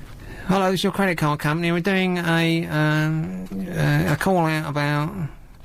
Oh, and your heart sinks because you're halfway through dinner. If it's while you're eating dinner, it's your credit card company who have got a tremendous promotion now, which is going to cost you an arm and a leg. They're so thrilled they want to call you about it right now. Women claim to be more psychic than men. Well, they are more in touch with their feelings. And twice as many Southerners admit having psychic powers than Northerners. What? Is that a soft Southern thing? So have you ever... Hey, Lucy, get off the phone to them and start talking to me. I've got plenty of calls and we're going to go to the news in a minute. So have you ever felt that you know who's calling before you answer the phone? Yes. Well, I always can tell my Is that an honest? Is that an honest? Is that because she calls at the same time every... Not the same time, but just a lot, often. Oh. It's nice. Oh, that's an awful thing to say. It's just the way you said that, like, a lot. Well, what a lucky girl Your I am. poor My mother rings mum. me That's often. awful. No, you didn't say often, you said a lot. And then I said often. And the implication there was shocking. Like, she's sitting there, frightened to turn on the heating. She's not that old. Eating baked beans one by one out of a can. Always Or rice she, pudding. She lives to talk to her daughter. Can't stand it. That's shocking. You should be ashamed of yourself, you nice mother. You should call her once in a while. She calls you all the time. You should call her. Hmm? I don't need to. Because she's forever calling. Yeah. Calling and calling and calling. All the time. Huh. So you've... okay, so you experienced that. You know when she's going to call, because every time the phone rings, it's your mother, right? You're like, oh, blimey, here we go again. Or my father-in-law. Well, dads don't talk, do they? It's like, hello, oh, here's your mother. My father-in-law does. He talks. Not only are you attacking your mother, now your father-in-law as well. On and on and on he goes. And 1 in 5 have seen a ghost. Seen a ghost? Hold up your palm. Hold up your palm. Hey, you know what this gap here means? It means you'll work in the media. Diego Maradona scored a penalty against Jamie Theakston. I find that hard to believe, because, I mean, the man looks like a space hopper, right? And he'll put the ball down right enough, and then he'll start running towards the ball, and about 6 feet out, the ball will disappear from his view, because the ball will be eclipsed by his stomach. So he just he goes from memory. It's approximately there, and he can't see the ball anymore. He's just kicking wildly at the air. Could be anywhere. Somebody could have taken the ball away. He'd have no idea. In fact, that was the last line on Pink Floyd's Dark Side of the Moon. And the ball is eclipsed by the gut. Rock and roll, huh? That was beautiful. Rock and roll radio. This is LBC 97.3. I'm Nick Abbott. Here's one in Harrow. Hello, Alan. Hi. Alan. Yeah, hi. It's regarding Kilroy and Chad. Yeah. They're two totally different things. Who's Chad? Chad is the guy looking over the wall. Well, who's Kilroy? Kilroy was a customs official who, whenever he marked something that he checked, he wrote on the boxes, Kilroy was here, so he knew he'd checked that box. No, I thought that was OK. I thought that was an explanation of where OK came from. No, that was Kilroy. Well, that's a rather long thing to write on everything he checks, isn't it? Well, you have to take that up with Kilroy. You're just passing on information. Well, I'm sorry to have quizzed you so needlessly. All right. No, that's no problem at all. Thanks a lot, Alan. Oh. So, I'm not sure that's right. I thought that's where OK came from. It was like a customs official in the US Army or something like that, that every time he checked something, he wrote OK, all correct. Maybe he couldn't spell very well. I think that was what it was, wasn't it? ORL, KORECT, all correct. Can you do a spell checker on that for me? Let's go. I was going to do the greatest moment in television history. Well, I'll do that in a minute, but I don't want to keep talking about that all night. Hey, something really funny happened on TV, and I wish I'd seen it. You know, countdown. Boo!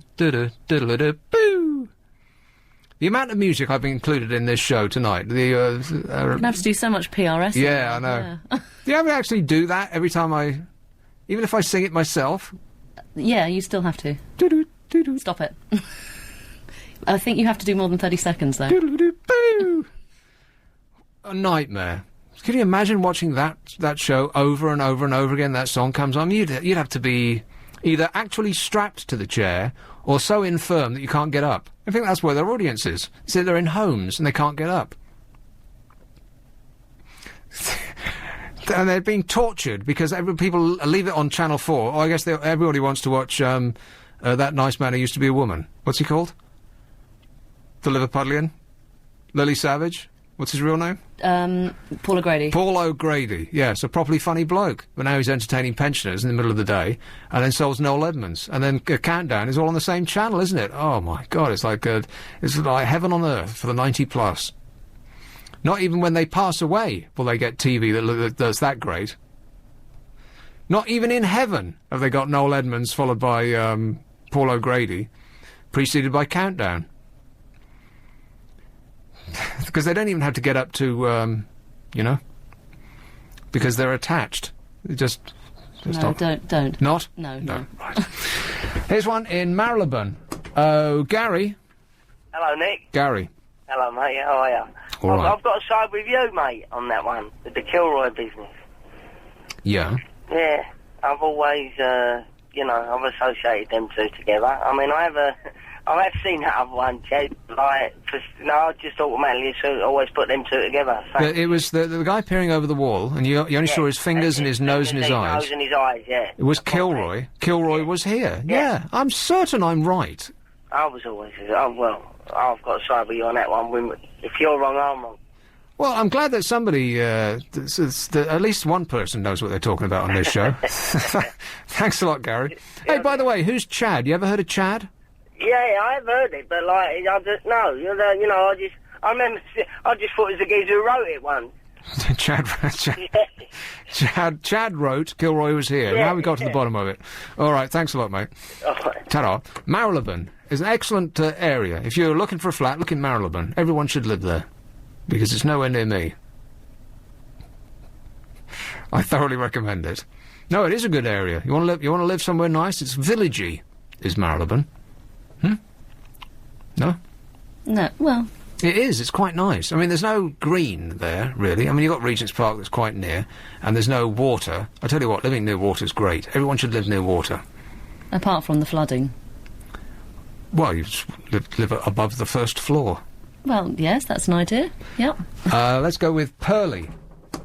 Oh, Ken. Hello there. Yes, Ken. I'm afraid you are wrong about the chap looking over the wall. What? Kilroy. That was Chad. Kilroy was here, came with the Americans, servicemen coming over during the war, and in fact he was, I believe, a person who worked in the shipbuilding industry in America and wrote his name on ships as he built them, saying Kilroy was here. And that No, but thanks for playing. Everybody's got their own theory about this, and in your mind, you're probably right, Ken. I can also put you right on OK. Go on, then. OK comes from the American Civil War, where one of the generals, I don't know whether he was on the north or the south, used to say all correct and misspelt it as OK. What an idiot. Yeah. And they've been misspelling our words ever sinst. That's right. They set the pattern for the history. All right, thanks a lot, Ken. OK. It's an education, this show, isn't it? Almost. OK, this is from no less a source than the BBC. It say here, during, well, first of all it says during the World War II. So automatically we're thinking, what do these people know? They can't even speak English. During the World War II, the phrase Kilroy was here began to appear wherever US troops were. It was often accompanied by the image of a face with a long nose and two big round eyes with small dot eyeballs peeking over a wall or a line representing a wall. Everything else, except sometimes his fingers gripping the top of the wall, was hidden behind the wall itself. Absolutely correct. Thank you. There you are. It's in print. Kilroy is a familiar image whose origin is something of a mystery. In 1946, the American Transit Association had a radio program called Speak to America. This program sponsored a nationwide contest in an attempt to solve the mystery behind the origins of the mystical Kilroy. Speak to America found James J. Kilroy of Massachusetts as a result of their search. That James J. Kilroy was the originator of Kilroy was here and is currently the most commonly believed explanation for the phenomenon. I can't believe I was so... you know, sometimes I get tired of being so right. Chad. Never heard of him. James J. Kilroy was a ship inspector at the Fall River Shipyard in Quincy, Massachusetts. It was his responsibility to check on how many holes a riveter had fitted in a shift on any given day. In order to prevent double counting by dishonest riveters, and to prove his supervisors, to his supervisors that he'd been doing his work, he began marking Kilroy was here inside the hulls of the ships being built. He used yellow crayon so it would be easily visible. This way the one-off shift inspectors wouldn't count the rivets more than once and pay the riveter for work he hadn't done. Oh, those wily riveters. So there it is. Not a mention of Chad, hanging or otherwise. I feel I've been vindicated. Here's one in Earl's Court. Hello, Samantha. Hi, Nick. Samantha. How are you? I'm all right.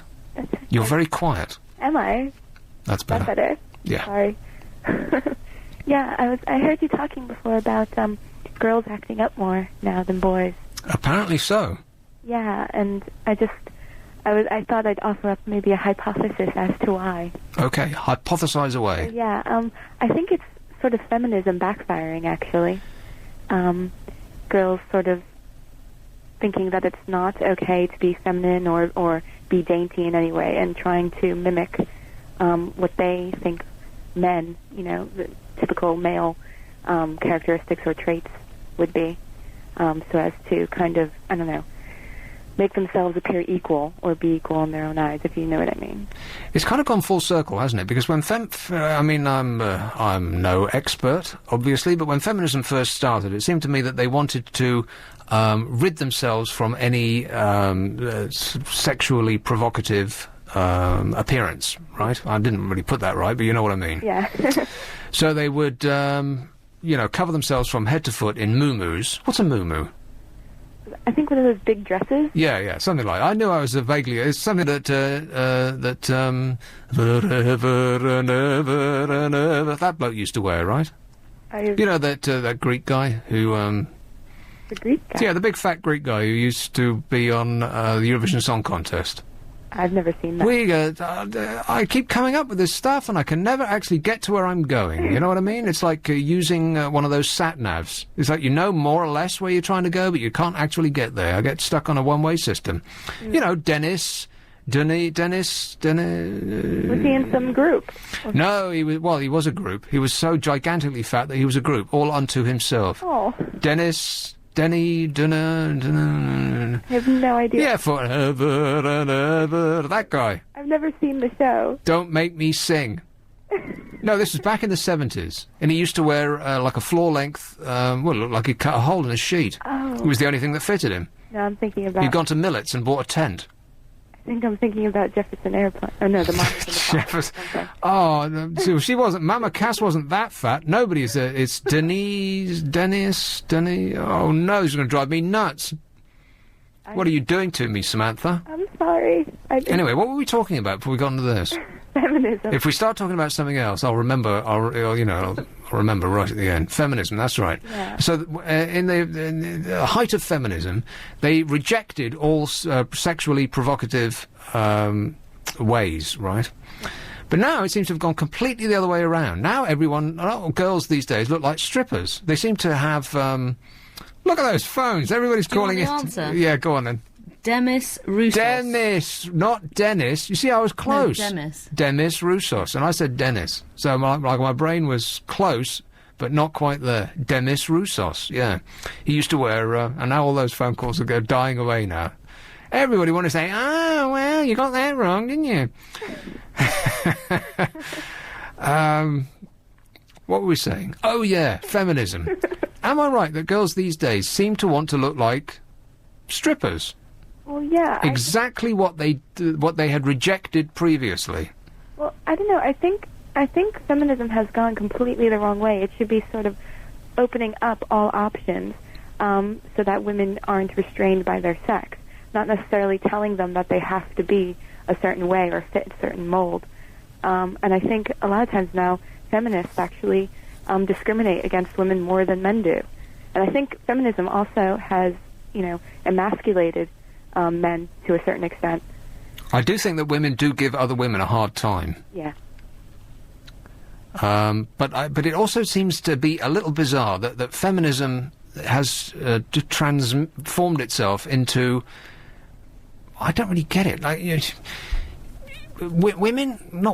Girls. If you round up 100 girls in school and ask them what they want to be, I bet the most popular answer will be famous. Mm. I think that might be, both boys and girls now. Well, boys have always wanted to be footballers and rock stars. Yeah. But not to the exclusion of everything else. I mean, they don't reject all else because they know they're going to be a footballer or a rock star. Well, I mean, we're so bombarded with the media nowadays. It would be really a miracle if young children didn't want to sort of imitate that which they're always, surrounded by or saturated in. I suppose so. In days gone by, we used to look up to scientists and engineers. Yeah. I mean, this was before, reality television. Well, yeah. And that's what people wanted to be. They wanted to be train drivers and, firemen, and they wanted to build bridges and fly planes and so on. Now they just want to be strippers, get their boobs out for the sun, and marry a footballer. Well, yeah, and I think, probably the reason why it's gone that way is it's, celebrities are easily replaced. You can't really, sell scientists and then replace them. You can sell people who fit a certain mold, and then when they don't, do what you want them to do, switch them with somebody else. And I sound like a conspiracist. A conspiracist? Yeah. Oh, well, should we talk about conspiracy theories? If you like. No, let's not, because then they'll all start crawling out of the woodwork. But, yes, you've certainly given us something to chew on. Thanks a lot, Samantha. Okay, thank you. Ta-ra. I've got no idea. Are we going for a break now? We are. We'll come back. Terrorism. This is a direct plea to you. You will remind me to talk about Countdown and to play the audio of the greatest TV moment ever made. Because so far we're almost 2 hours into the show and I haven't talked about anything yet. I know, I really want you to play the audio. Yes. Yeah, it's important. It is important. Hey, Sally. Hello. Sally. To put an end to this boring subject, Chad, he was originated by the RAF in World War II. One of their chaps was an artist in civilian life.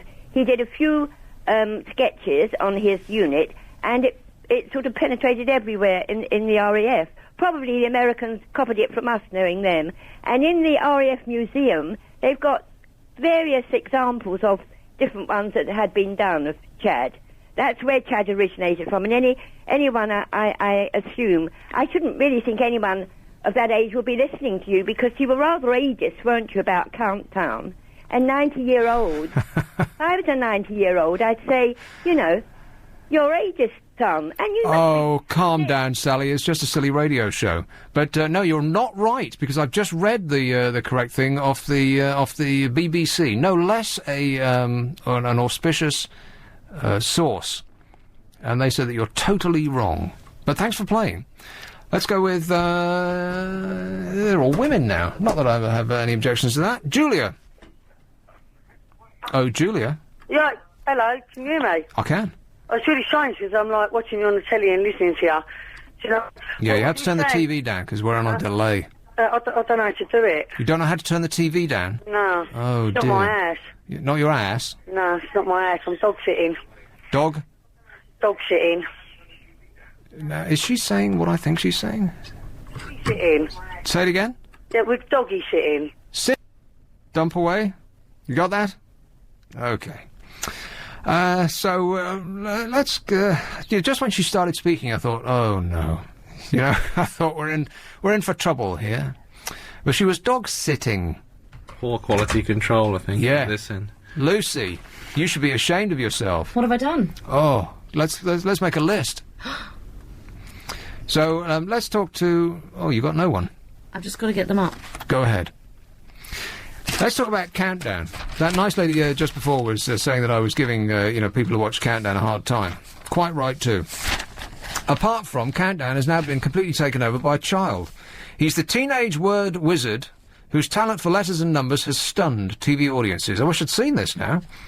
Schoolboy Connor Travers' special skills yesterday saw him become the youngest person ever to clinch the crown on the hit quiz Countdown. Can you believe that people are still watching that programme?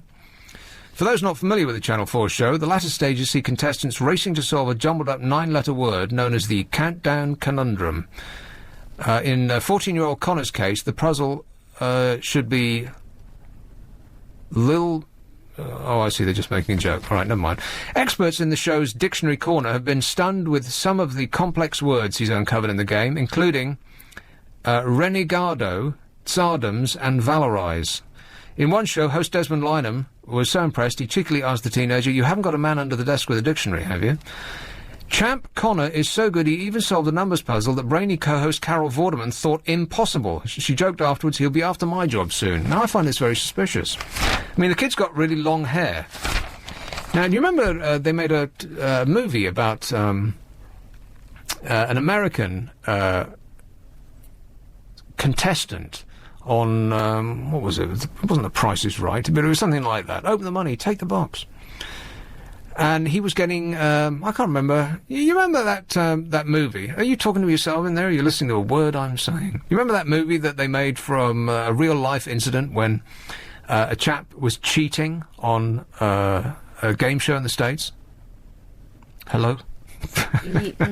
Yes, I'm trying to remember. Yeah. It wasn't that he was cheating. He was cheating, but I think the makers of the television program were cheating because they got a bigger audience because this guy kept winning and winning and winning, and the audience was going through the roof, so they wanted to continue his winning run, right? Well, so the audience has gone through the roof, and now this kid has started to win everything, and I'm thinking, I'll give you a quiz in a minute. You can work on it together. You giant brains in there. This kid's 14 years old. I'll give you one of the things that he came up with, all right? Write down these letters. N-T-R-I-A-E-C-A-S. N-T-R-I-A-E-C-A-S. Make a word out of that. N-T-R-I-A-E... I-A-E-C-A-S. Got it. Try this at home. If I'll double dare Make you. a word out of it. Yeah. While reigning champions usually get an average scores in the low 90s, Connor's average is an astonishing 107. And during Wednesday's semi-final, he equalled his best score of 124, also a series record. Indeed, Connor admits he found it a bit embarrassing at first when he started leaving adult contestants red-faced by beating them with his slick solutions. On his first outing, Connor solved the conundrum before the famous countdown clock could even manage a tick. Oh, that's ridiculous. So I'm just, Have they checked his ears for, is he being coached by computer? I think they should lift his hair up, just to check. It would probably be abusing his human rights. But that don't even... Because this kid's 14 and he's barely out of nappies. And he's coming up... So have you got it yet? And that's 30 seconds up already, isn't it? More or less. Do you want to know what we have come up with? Yes. Train case. Train case. Which you've never asked. No. The correct answer is craniates. Oh, of course. I was nearly there. You have any idea what that means? I'd like you to tell me. It's got something to do with the head, I'm sure. The cranium. Cranial, yeah. Here are some of the other words that he got out of the blue from by rearranging letters that he was given. This is a 14-year-old boy who doesn't look like he's had a haircut in his life. Valorize. Any idea what that means? No. It means to fix an artificial price of a commodity by governmental action. A 14-year-old came up with that.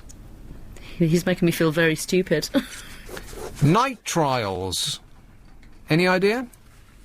Night trials? Yes. It's an organic cyanide. 14-year-old came up with that word. Renegado. No idea. One who rejects an allegiance. 14-year-old came up with that word. Lauriners. No. The plural of lawny. I don't even understand the definition. Can we have the audio instead? Albedos. It's more in my, Any idea? Albedos. Something to do with albinos? No. The ratio of the intensity of light reflected from an object. A 14-year-old came up with that. And protamine. Protein? Something? Any of a group of simple proteins found in fish sperm. Oh, I was really close there. A 14-year-old came up with that. Huh. And he doesn't even look like he's 14. Looks like he'll be 12. I find that hard to believe. But apparently he's back on Monday at 3:30. So we'll be tuning in and scrutinising him. There's only one home event. OK, so I've been talking about this for 2 hours, and I still haven't played it yet. This is going to have to come after the news now, because here's a bloke called Bill in Swiss Cottage. Bill! Hello, Nick. It's the first time I've ever had the pleasure of talking to you. Oh, haven't I been lucky? And I tell you what, now, a query I've thought of today. I was waiting at the bus stop, and it was pouring down with rain, as it has been the whole week. Yeah, can you believe it? It's practically June. Well, no, and they're talking about the water shortage, and I thought, hang on, who are they kidding about water shortage? Oh, it's the wrong kind of rain, Bill. Well, hold on a minute, though. You see, they're talking about all the millions of gallons which are being leaked out from the old water system, which is running down underground, and the water comes from the aquifers. Now, if it's leaking underground, it's going back to the aquifers. It's not being wasted. If it's leaking overground, it goes down the drains and is wasted. You know what? I think he's got something there. Over our eyes. Huh. They've been, and I was thinking of this, they're damn well pulling the wool over our eyes, saying that we're short of water, and the water's being wasted by leakage and everything else. It's a way to put our prices up, nothing to do with leakage, because any water that's spilled underground goes back down to the aquifers. Because they've been telling us that it's the wrong kind of rain, right? It's coming down too hard and at the wrong time of year. Because what the way that you refill the aquifers, because we don't get most of our water from reservoirs, it comes from underneath our feet. Of course. Well, hang on a minute, Bill. See, any water that's wasted wound up like underground clockwork goes down the aquifers, doesn't it? I know, you said that. Hang on a minute. So they've been saying that it's the wrong kind of rain, right? Because it comes down too fast, and then it soaks the ground, and it can't actually get down beneath the level of the surface. It just rolls off. No, it and doesn't. It still goes down. Hang on a minute, Bill, and then it just rolls off, and that's where we get flooding. But what we actually need is, and particularly in the summer, any excess water will just get soaked up by trees. It loves it. And so what we actually need is constant drizzle.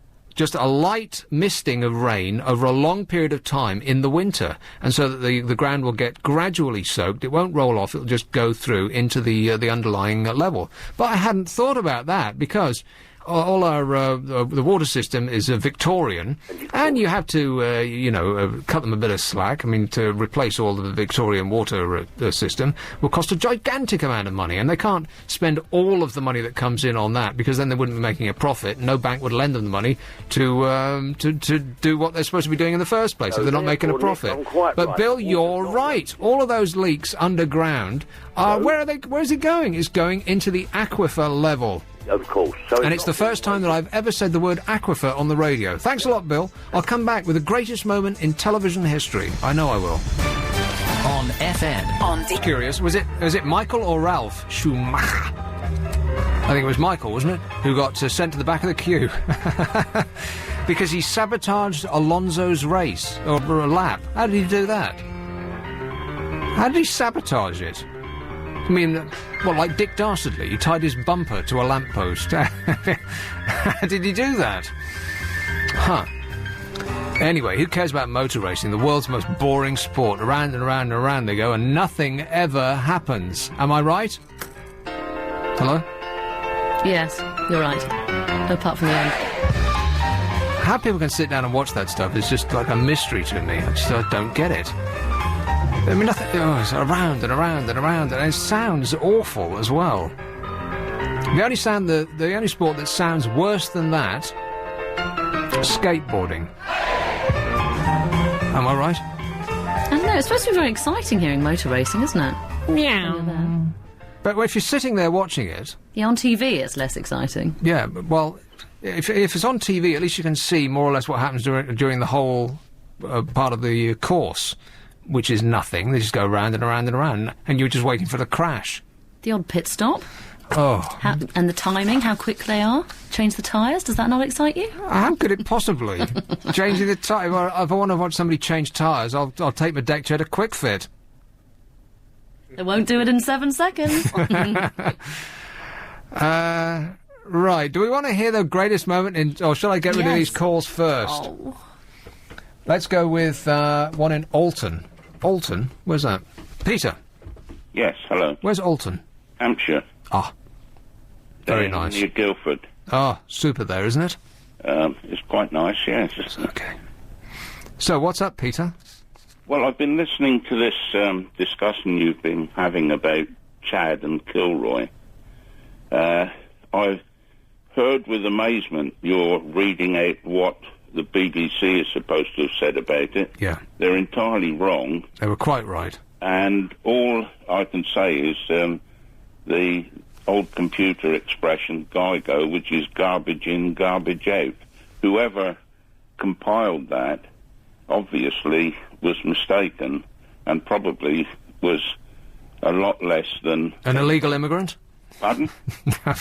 Sorry, I missed that. That's all right. I was being facetious. Yeah, well, you know what, Peter? No one knows. Well, they do, because some of us were there. Where? During the There war. on the stair. Right there. That's another one we'll have to pay for. Look, the thing is that there are two things. One is Kilroy, which just said Kilroy was here, and that was all over the place, including the underground. And the other one was Chad, and as that last lady was trying to explain, it's an RAF thing, and it was actually based on electronic circuit diagrams. If you look at the Chad picture, for want of a better word, it's comprised of a positive sign, a negative sign, a wave, similar to a sine wave, and two resistance symbols, which were the fingers over the wall. Oh, you're losing us here, Peter. I don't think you... It's a bloke looking over a wall. What are you talking I'm just about? saying how it originated. But you don't know. I mean, nobody seems to know. Well, you don't. You might think that you do, but you don't. No one knows. What do you mean no one knows? I'm telling you, man. Anybody who was some people think they know about H-bombs and things, but some servicemen were there when the H-bomb was exploded at Bikini Atoll. They know about it. Well, so other people may not know about it, and especially anybody that's below the age of 70 would not know about it and say, well, nobody knows, but people do know. Well, I don't think the two are in any way connected. One was a definite fact, another was more or less folklore. Well, it was there. We saw the diagram. But if I was doing this in America, everybody would be going, oh, yeah, it was definitely Kilroy was here. And, It was Kilroy was here, and it had nothing to do with the diagram, which was... Yeah, that diagram was Kilroy was here, the guy peering over the wall. Was not. It absolutely was. It was not, and I think you ought to get some... I should get my facts straight, yeah. Pardon? Well, I'll look into it. How's that? Well, it would be good if you did. I will. But I'm surprised Trust me. that the BBC can come up with rubbish like that. They're just... what a shower, eh? No. Everybody can make mistakes, though. And, as I say, Kilroy had nothing to do with the diagram or the picture. That was Chad, called Chad, and it always said, what no this, that, or what no spuds, or what no bananas, or something like that. Right. But it was based on... an electronic thing with resistors and right. None of that sounds remotely possible. But thanks a lot, Peter. I got to go. Cheers, mate. Another satisfied customer. No, it's no. I believe what the BBC wrote, and I've grown up my entire life thinking that the guy peering over the wall was Kilroy. Kilroy was here. There he is, looking at you right there. Not only was he there, but he is there right now, looking at you. There he is, with little fingers peeking over the wall. Am I going to have time to do this world's greatest TV moment? Yeah. Let's go with one in... who's been waiting the longest? 17 minutes? You're joking. Oh, Diana. Yes. Wembley. That's me. Can you see it from where you are? Yes, I can. Is it looking great? Yes, it is. Has it fallen down yet? No, it hasn't. It does lean over a bit, but I think it's supposed to. I think it's supposed to, yeah. Yes, but I've Don't be alarmed. Pardon? Sorry, I didn't get that. Nothing to worry about. No, nothing to worry about at all. But I'm sorry, Nick, I've got to put you right. I've got Chambers' dictionary in front of me. Chad, a character in facetious sketches, especially of the 1940s, portrayed as a bald head peering over a wall with a caption beginning, "What no?" in protest at wartime shortages, etc. Now look up Kilroy. Well, he was an American, wasn't he? He's not in Chambers, because that's a proper noun. I mean, Chad was just this little fella. Well, Chad is a proper noun. All right, I'll look up Kilroy, but What do you mean? Kilroy wouldn't be in there because it's a proper noun. Chad's a proper noun. Yes, it is, actually. It's got a capital letter. But, you know, I'd have to look in who's who or what's what. Or... Go on, look it up. K, under K. No, not in go on, Diana. It won't be in Chambers. Well, have you checked? No, I haven't. Well, I think you better check. But, no, I'm like Peter. I was there. Yeah, but you were there, but so were Americans. Americans were here too. No, they're not connected in any way, believe me. But you don't know that. I do know that. You're guessing. No, I'm not guessing. It's a fact. No, he's not here. He's American. Oh, that's not you checking. You're just, you just don't want to look. I've got up to Kilo. And Kilner Jar, so Kilroy's not here. Huh. Well, you want to get yourself a new dictionary. Oh, this is a brilliant... Listen, don't say that. I won this off LBC. Like I said, that is a fantastic dictionary, and what says goes. Absolutely fantastic. Yeah, on this show anyway. And it's on our side. Peter's on my side. Well, thanks a lot for setting me straight, Diana. Okay. Cheers, dear. Ta-da. Bye-bye. What a nice lady. Absolutely incorrect. Anyway, I don't want to talk about this all night long. Chads and Kilroys. Let's just assume that I'm right and you're wrong, shall we? Wouldn't that be getting people very angry? Wouldn't that be a safe bet? Right, let's go with Adrian in South Derbyshire. Hello. Hi, Nick. How are you? I'm all right, mate. Yeah. I actually went down to London today with my mates, and being as I've only got a car with 2 seats, we went down in his car. And only 2 seats? Yeah. Well, the people at the back have to stand? No, you can't fit anybody else in because that's it, isn't it? Right. Yeah. Anyway, this we're just pulling onto the M1 motorway, and it says which lane do I get in? He says, I've not actually drove on a motorway before. You stick to the middle lane, no matter what. It's a sort of, it does make you believe, I'm not the best passenger in the world, is it? I mean, once you're a driver, you're not a very good passenger, are you? No. You have to close your eyes. If you're a passenger, you just have to cling on tightly and close your eyes. Because otherwise you're mentally driving the car and you're slamming your foot on the brake that's not there. It's not just me that does it. No, you're gripping the door handle when you go around corners. But, yeah, I mean... So as long as you can prevent yourself from actually grabbing the steering wheel away from them, then you're all right. Yeah, that's what we got. I mean, it's a while since I've been to London. I mean, you forget how bad London Underground is. Do you still use that? Well, the thing that I noticed when I come from up north down to London is how narrow the lanes are. Because you're driving along on the motorway, sticking to the middle lane, as you should. And then you come into London, and as soon as you get on the A4 or whatever it is, suddenly the lanes don't seem wide enough for the car that you're in. Like they're packing you in 3 lanes where up north normally you would get 2 lanes. And that's always a bit of a shock, because you turn the car slightly to the left or the right, and your car will be mounting another. Yeah. The Underground, the Underground is marvellous. Here's a tip: before you go on the Underground, look up the Underground website to see what lines are going to be broken that day.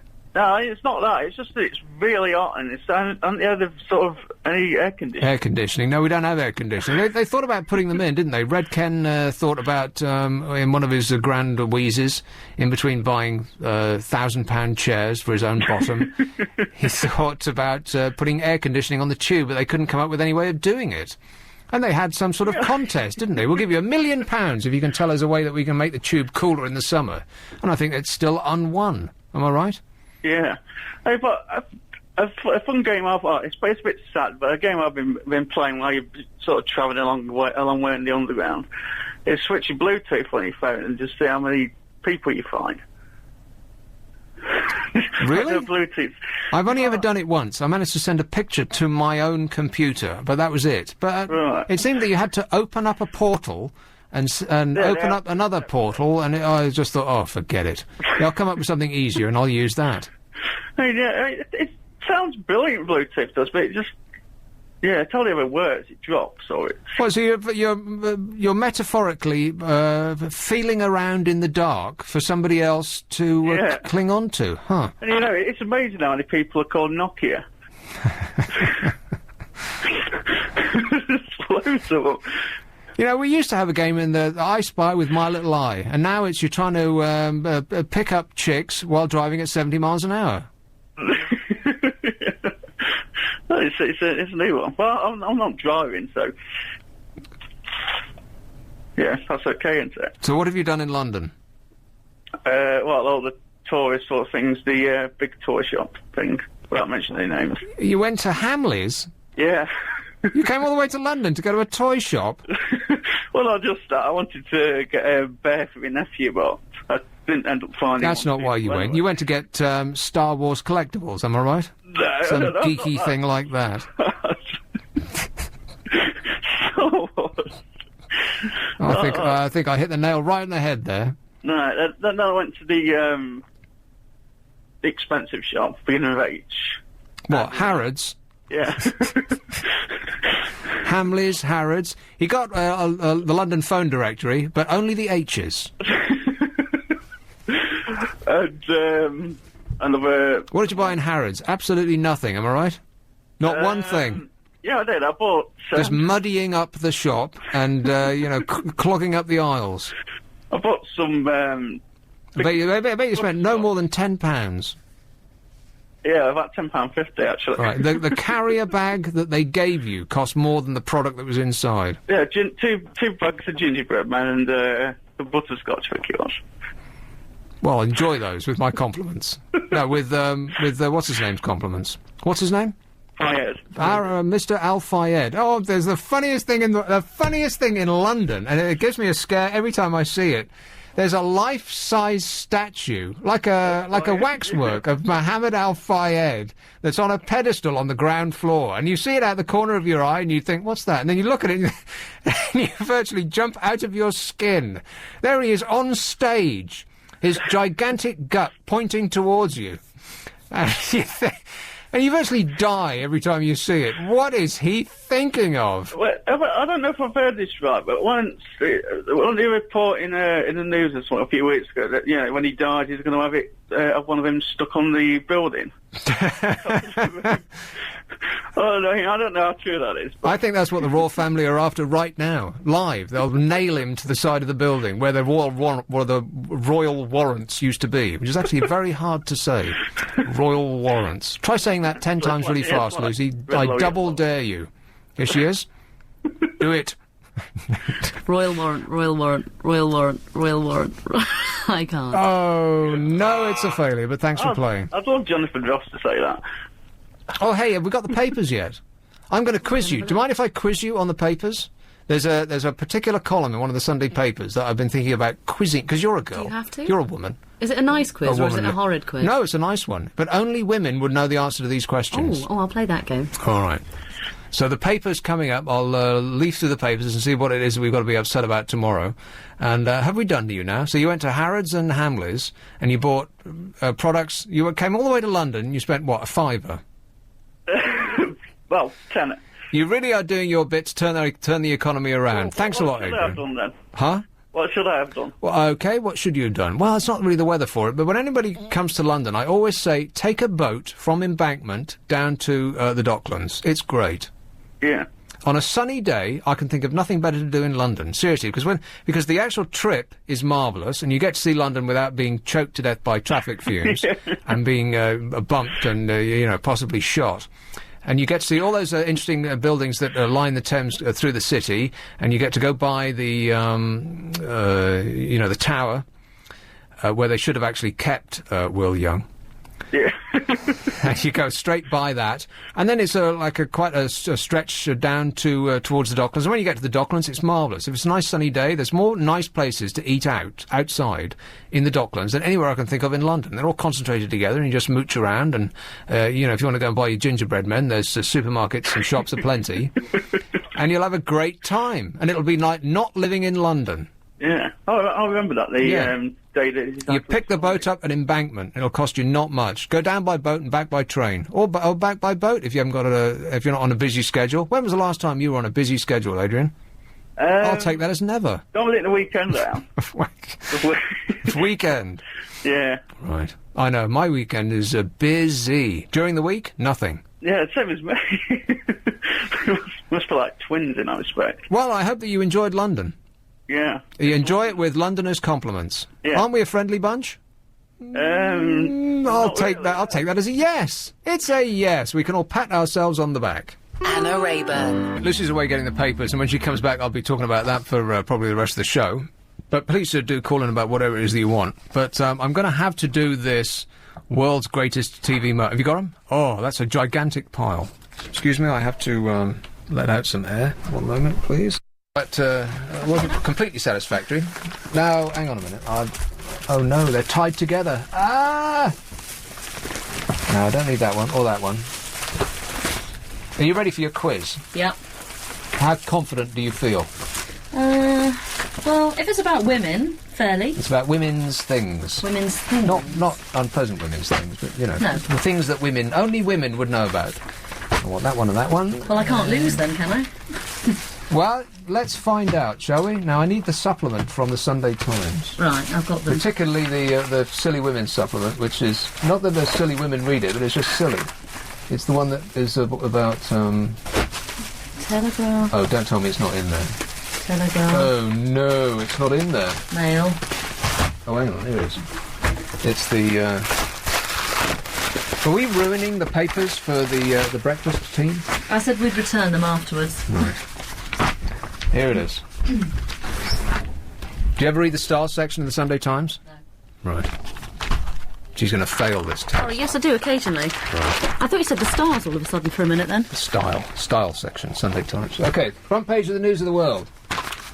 Nancy the Betrayer. Oh, blimey. They're really going to give it to footballers in the neck in the run-up to the World Cup. Because there was a fight a little while ago, and I carried that piece around for ages. A fight in a bar. Do you remember that? Some World Cup players were supposedly fighting in a bar, and we didn't hear much about that. I think that they shot their bolt too early, because only when it actually matters are they going to try and destroy our chances of winning. And, I don't think that's very, it's not very, it's not helping us. Patriotic was the word that I was blindly fumbling for. It's not helping. They're not helping. They should be helping us, the newspapers. They should be getting behind our boys. But they're not. Nancy the Betrayer exposed how Sven's lying lover took secret... I don't know if we should say this, because they might not be right. This might be an early edition, and it might be wiped off the front page of your later editions. Anyway, it's about Sven and Nancy, like anybody cares. Who cares about Sven and Nancy? I mean, really?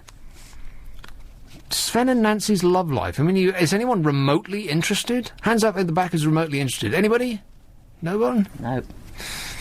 I want to get loose with Rebecca, says some woman who seems to have lost all of her clothes.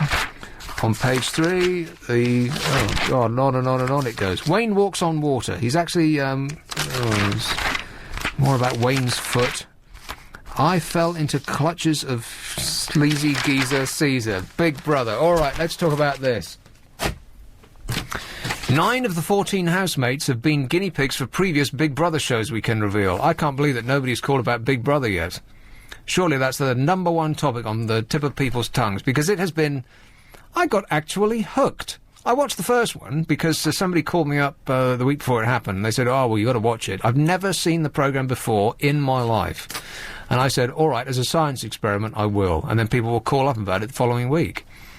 And not one single call about it tonight, despite the fact that it's been 2 weeks of the most continuously amazing television I've ever seen in my life.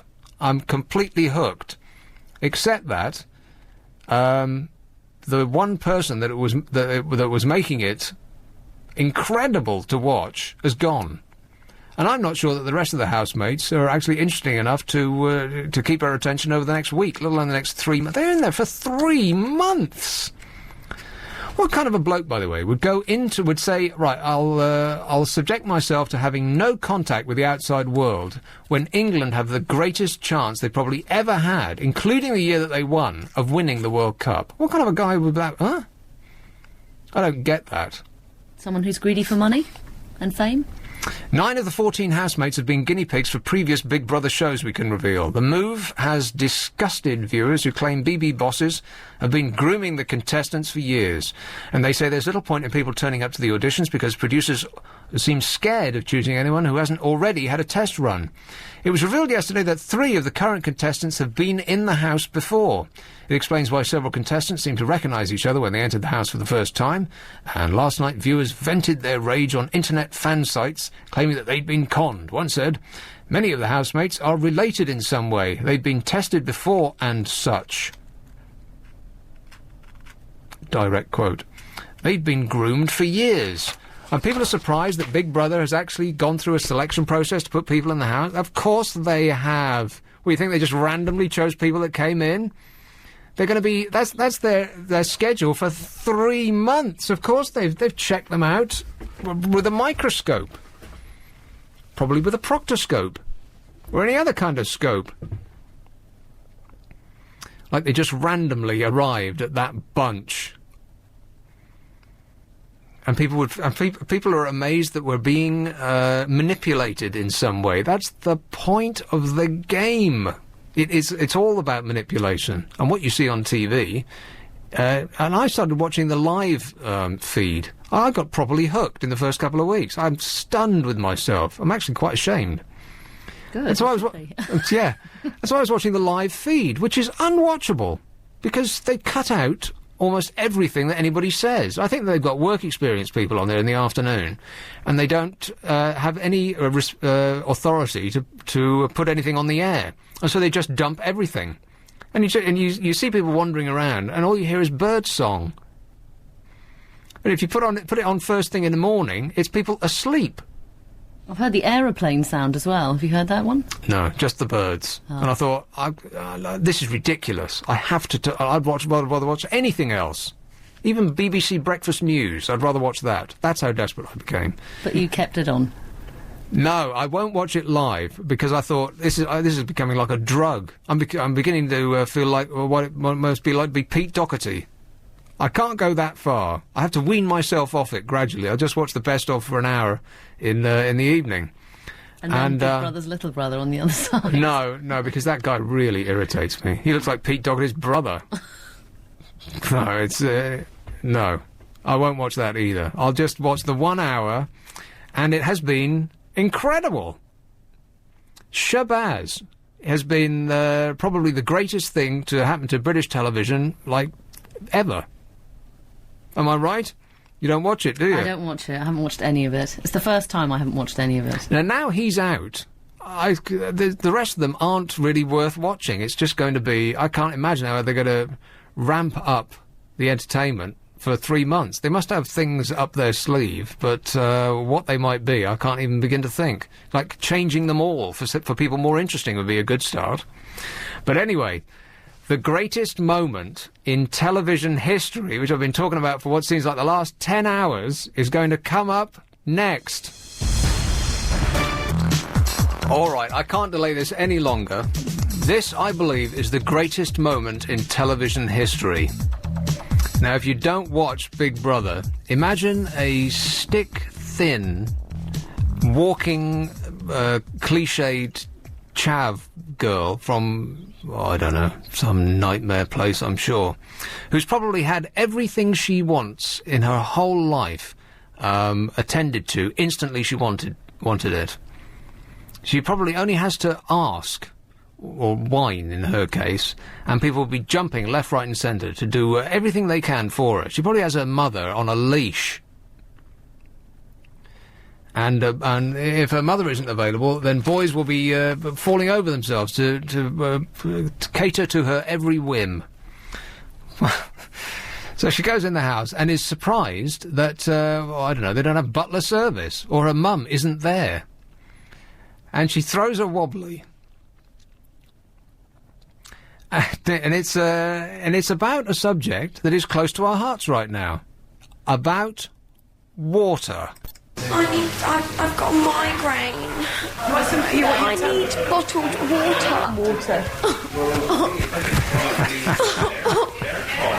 need bottled water. How many bottled water? Calm down. I feel grotesque. Go on, babe. Make sure she's got something on. Yes, I am. I need my clothes. I'm going home. I swear, if they don't give me my clothes, I'm going home. Calm down. What's in the case that you really need? I just want to have a bath and get into clean clothes. I feel disgusting. I'm dehydrated because they won't give me any bottled water. And it's just being completely out of order. So then she adopts the swooning pose of a Southern belle. And she's virtually got the back of her hand to her forehead. And she's leaning across another girl, and she's just going... I mean, it's the most over-the-top display of acting you've ever seen in your life. And then they decide to go in the diary room, and from being unconsolable, a wreck, she stands up and loses all of that misery instantly. Like she just throws it off as though it were a blanket, and she's perfectly fine. And then they march into the diary room, which, if you don't watch, is a small room where they talk to the vicious people that are constructing this show. She went in with a suitcase, and only some people got a suitcase of their clothes. And not only does she not have any clothes, but they won't give her any bottled water. And here's what happens next. I actually feel like I'm gonna die. I need water. And not drinking that tap stuff is absolutely disgusting, and I don't think you should put water on a shopping. I actually haven't got the energy to talk to you. I feel so dehydrated and lightheaded. I feel lightheaded. That's what I feel.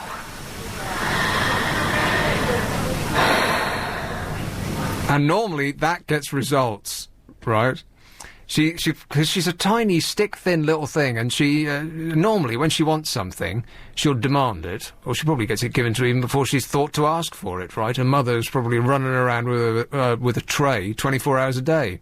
But if she doesn't get what she wants instantly, then she goes into the swooning bell routine. Oh, I just feel like I'm...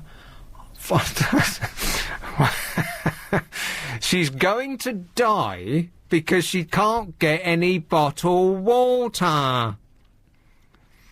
Now, this doesn't work, which is a bit of a shock to her, because this act normally gets her what she wants, right, instantly. But it didn't work this time. So you can see her mind going, right, I'll have to crank this up a bit. And this is what happens. I'm not enjoying it. I'm not. I hate it. And I keep crying because of you. I'm crying because of you. Because you won't give me my clothes. And you won't give me water. So I'm making myself unpopular from them lot. Because you won't give me my clothes. Big brother, this is not actually enjoyable. This is exactly. Not enjoyable. Big Brother has noted your request. Oh, fabulous. Which was the perfect response. Just a flat, because they all sit there behind the microphone, right? And they're supposed to be like robots, automatons, given no hint that there's an actual human being there. Big Brother has noted your request. And she realises, of course, that no amount of hysterics is going to make the slightest bit of difference, so she just gives up. Oh, fabulous. And that was it. So she's not actually going to die. We're all relieved. What does she think about the show so far? I hate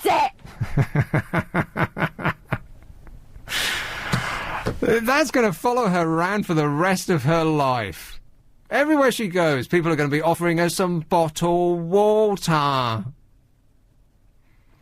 These people have gone in there, they've got no idea. Well, you'd think they would have an idea, because they must have seen this show before.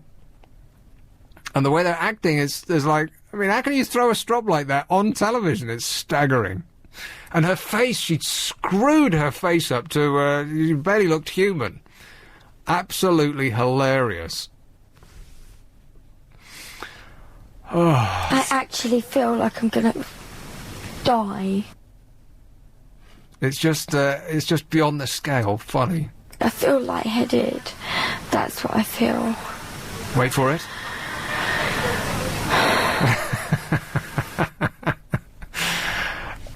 Yeah. Well, she looks to me like the sort of person who'd go around in her whole life feeling lightheaded. Well, that would be an excuse anyway. I need bottled water. I think it's probably the funniest thing I've ever seen. Anyway, let's go with one in Uxbridge, or somewhere near that. Robert. Very near Uxbridge, yes. Hello. Robert. I'm going to play you a 30-second clip of a World Cup song. Now, this is very much worth it, and then I'll come back and comment on it. So enjoy, and I'll tell you it's by.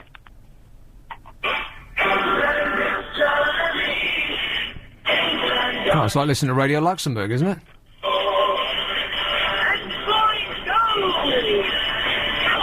I doubt anything could be worth listening to this.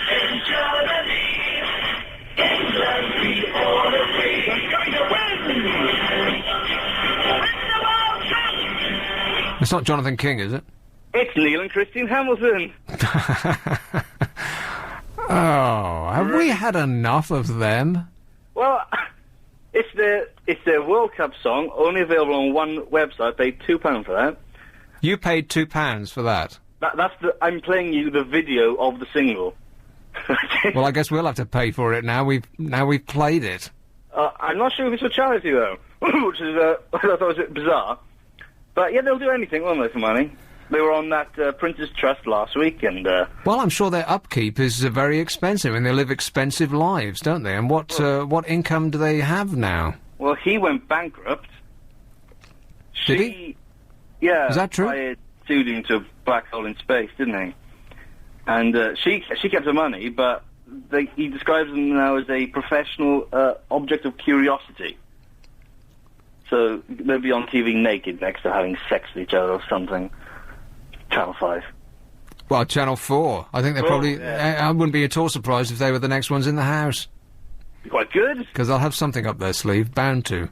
There's enough Z-list celebrities to put in these TV shows now. I've never heard of any of these people. There's some sort of X Factor for celebrities that's shortly coming out. The Sun just keeps going on and on about it. I've never heard of almost all of the people that are in there. Paul Daniels is going in. Is he? Paul and Debbie McGee are going in as a duet. Oh. And, as a mistake. They're going in as a mistake. As a huge error they may never get over. Although I guess he hasn't had any TV work in a long time, and these things tend to lead to TV work, don't they? Last thing I saw of them, they were doing an advert with other annoying people for a famous drinks company, singing Why Do Birds Suddenly Appear? There's another one we'll have to pay for. Do we have to pay for it even if we just name the song? And not sing it? We're not sure. We're going to look into that. You're getting into a lot of trouble here, Robert. Is it that time of year? You got to pay everything? You're costing us a huge amount so far. I won't mention any more songs. Why do birds fall in love? And Chris Moyles, your favourite, going in? Has he got a nice singing voice? I don't know. I don't listen to him. I think he's terrible. Well, we'll find out, eh? I'm not sure I will. I mean, one reality programme, I think I'm breaking new ground. For me, watching Big Brother is like a first. I think if I put another on top, it'd be like going from coffee straight to heroin. Maybe we could challenge you to another one for next week. No. Tiny tearaways? What's that? That's all about how to look after kids when they're misbehaving. What, the nanny woman? No, not the nanny woman. There's another lady who puts all the naughty kids in one house with the parents, and she trains the parents how to look after their children. I think parents do actually need to be trained how to look after their children, because I think that's one of the big problems in societies today, is for parents of dopes. To be sterilised. Yes. Yes. Well, somebody had a similar idea relatively recently in history. Let's not go there, eh, Robert? James Whale, he says that. I'm quoting him. Fact. Right. Don't worry, I'm doing the law. Another World Cup single, because everyone's releasing World Cup singles at the moment. You know, I haven't heard any of them. I've heard Embrace's World Cup single, which is just as dreary as you'd expect anything from Embrace to sound. Well, there's the other one. I keep on hearing that station beginning with V. I don't know what the original was called. We're Going Down the Pub. Oh, by Sham 69. Yeah, they got we're going down the pub. Hurry Up Harry, it was called. Yeah, that's it. They've changed it. Hurry Up England, I think it's called now. Well, that sounds like a football song. That's a Jimmy Percy, the voice of a generation. That's pretty good. And that annoying sports radio station's also released a World Cup single. Hurry up, Harry, come on. So everyone's doing it. That's a winner. That has got to be a winner. Hurry up, England, come on. I mean, that's something that you shout on the terraces, right? I mean, that was a terrace anthem when they first did it back in 1970... I'm putting my money on 1977. How's that? Jimmy Percy, Sham 69.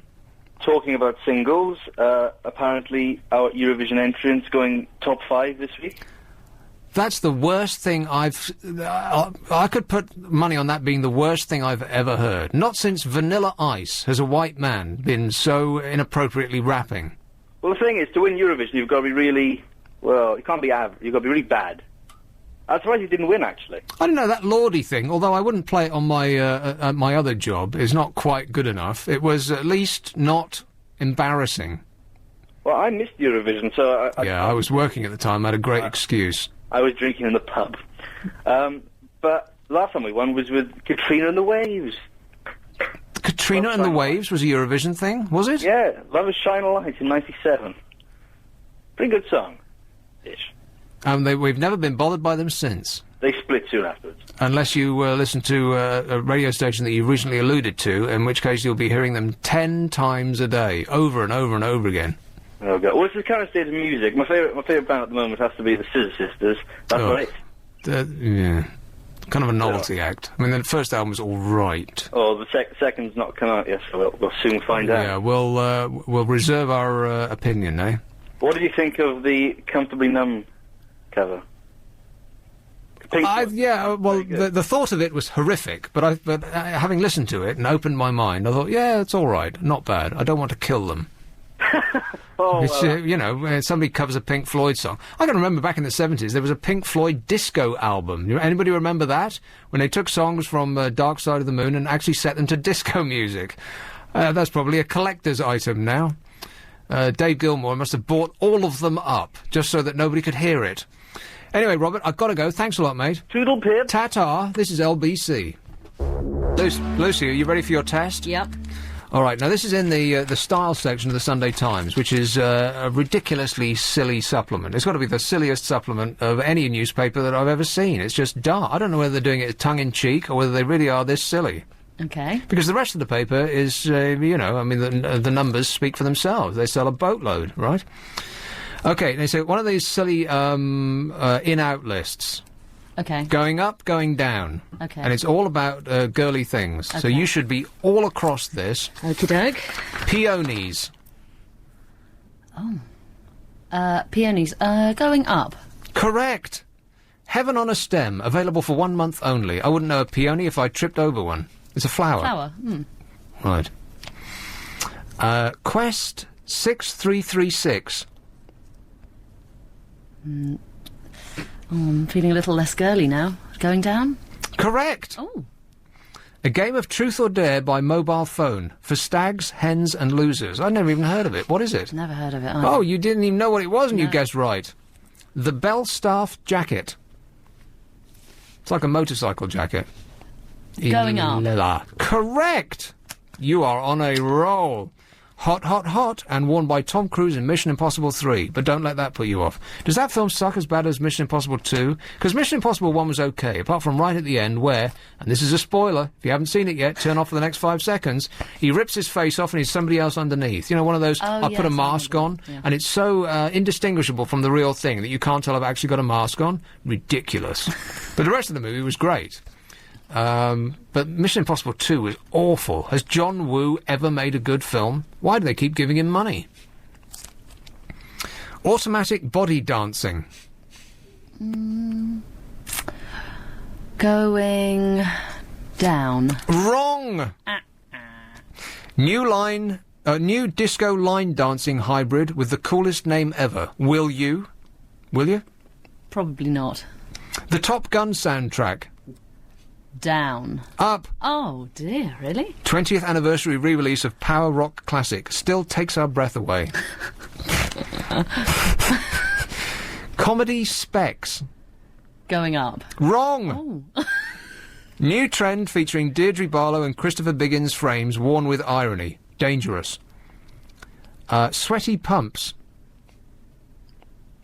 Ooh, I'd probably say up. Down. Oh, no. When bad smells happen to nice shoes. Could it be sandal time? Short stories. Oh, I've got to get this one right. Up. Correct! Literary genius for the non-committal. So very now. Club cues. Down. Correct. Crowd crushes at 9:30. We must get out less. And this outfit, pictured to the right. Am I going to get to see it? No. Can you describe it to me? Yes, all right. She's wearing a... It's like a body... I don't know what they're called. It's like... they're like tights that go all the way up past your boobies. What, like a leotard? Yeah, that's right. A leotard. A blue leotard with a short pink jacket over it. Right, is that it? Well, the leotard seems to have a white collar, which is folded down so that you can see some of her boobies. Right. It sounds fairly unattractive, so I'd probably say going down. Down is correct! What is it, and would any normal woman ever look good in it? Congratulations, you are a woman. Hurrah! Let's go with a call in Chelsea, and it's a bloke called Simon. I just wanted to ring you and say thank you so much for playing that stuff out of Big Brother. It was one of the funniest things I've ever heard in my life. I've kept that because, I've got one of these personal video recorders, and I'm always going to keep that episode, because when people come round they haven't seen it, you just got to show it to them, right? Oh, you're a bit sadder than I thought. Why were you videoing it in the first place? Well, because I said last week that I was going to watch it, and I freshly did, and then I got hooked. I don't mind admitting it. I was actually hooked. Well, that's an excuse. I was at a party tonight, and by the way, you said earlier about Mission Impossible, whatever, that it sucked. So yeah, number 2 sucked. I was going to censor slightly what I said, but I think mine's under that. Someone said to me at the party tonight, "Did you hear the water bitch?" and tried to repeat what you'd said, and I didn't really believe it. I couldn't believe it. And so when I got back in the car and I'm driving home, and I heard that, it was just unbelievable. I need bottled water. Because it's the way that she says it as well. It's terrific. But what I said to your producer when I rang in on the waterfront, as it were, was that I was at my chiropractor's recently, and he was saying to me, "Well, look, we're sorting out your problems, and we're getting your aches away and all that sort of. But you've got to drink more water." And I said, "Well, I drink tons of water," and because apparently your cartilages or something have got to rehydrate or something silly. And he said, "Well, how much water do you drink a day?" And I said, "Well, tons." And he said, "Well, what?" And I said, "Well, I have beer, and I have wine, beer, tea, and what have you." And he said, "No, how much actual water do you drink?" And we thought about it. You're not getting this at all, are you, Simon? Beer. Exactly. We got back to October. It was the last time that I'd actually drunk a bottle of water. And he said, "This is not good enough," and what have you. And he then told me, he said, "Okay, well, obviously drinking water's a problem for you." Because I just, these people who come home drunk, and they can drink a pint of water. I can't. I mean, of course you can. Reason I've come, of the reason course I've you come can, home is Simon. I can't drink anymore. Force yourself, man. No, you've come home because you can't drink anymore. You think, okay, that's it. Liquid intake, finish, go home. Who was that? Who was that famously continuously drunk comedian of the silent era? American guy with a big nose. Oh yeah. He was always drinking booze. What the Yeah, he had a hat. He was. Snozzle Durante was one, but it was the other guy. Did he have a? He was the chap who, when he woke up with a wonderful hangover, said, "That's the last time I ever put ice in a drink." Yeah, and he wouldn't. What's his name? Oh, come on, we must get this. It'll come to someone eventually. It's going to drive me nuts. No, it'll come to you eventually. It wasn't Jimmy Durante. It was the other guy. Very, very dry humour and quite vicious to kids and women. Yes. Black and white. I leave him on the side of the plate and all that sort of stuff. Yeah, that's right. He said a famous thing about water, which I can't repeat, but you'll be able to Google it. Fish and... It was about fish, that's right, yes. What they do in it, and that's why exact, that's why he wouldn't drink it, correct. All right, thanks a lot, Simon. We're sailing close to the edge, and we'll have to go away to come back. Right, running out of time here. Let's have one in Aberdeen. Matthew. Good evening, Nick. Matthew. How are you? All right. Okay, well, I don't have time to talk about all the many things that I wanted to talk about, but never mind. You seem like a well-read fellow. Maybe you heard the news that Montenegro declared independence from Serbia. Did you read that? Oh, I'm thrilled. Yeah, they made it. Everyone's delighted. Well, it's just that Serbia and Montenegro is a team in the World Cup this year. I'm just thinking during one of the games, will half the team walk out? They're going to have separate dressing rooms, different team strip. It'll be a nightmare. I'm not playing with you anymore. And we'll still lose to them. The other thing was that I want to declare a national boycott of the newspaper that begins with S and ends with UN, because they seem to attack England all the time. That's going to be a theme for the next month or so. The newspapers are going to start attacking our own. They will. They always do. They're going to be following them around to see anything that they can get on any player, and it will be disgraceful, nightmare, and on and on and on they'll go. They've started already. News of the World has got Sven all over it. Yeah, Sven's our manager, and then they attacked Beckham so often in the past. Attack Brazil, God. Yes, I know. Try doing something to help us. But that's how you get sales. You don't get sales by giving you bad news. I mean, good news. It's only bad news that's... not be selling to me. Right. Okay, well, you and me both. I don't think that'll make much difference. The backlash starts here. All right, thanks a lot, Matthew. Okay. Ta-ra. Let's go with one in Bucks, and it's Timo.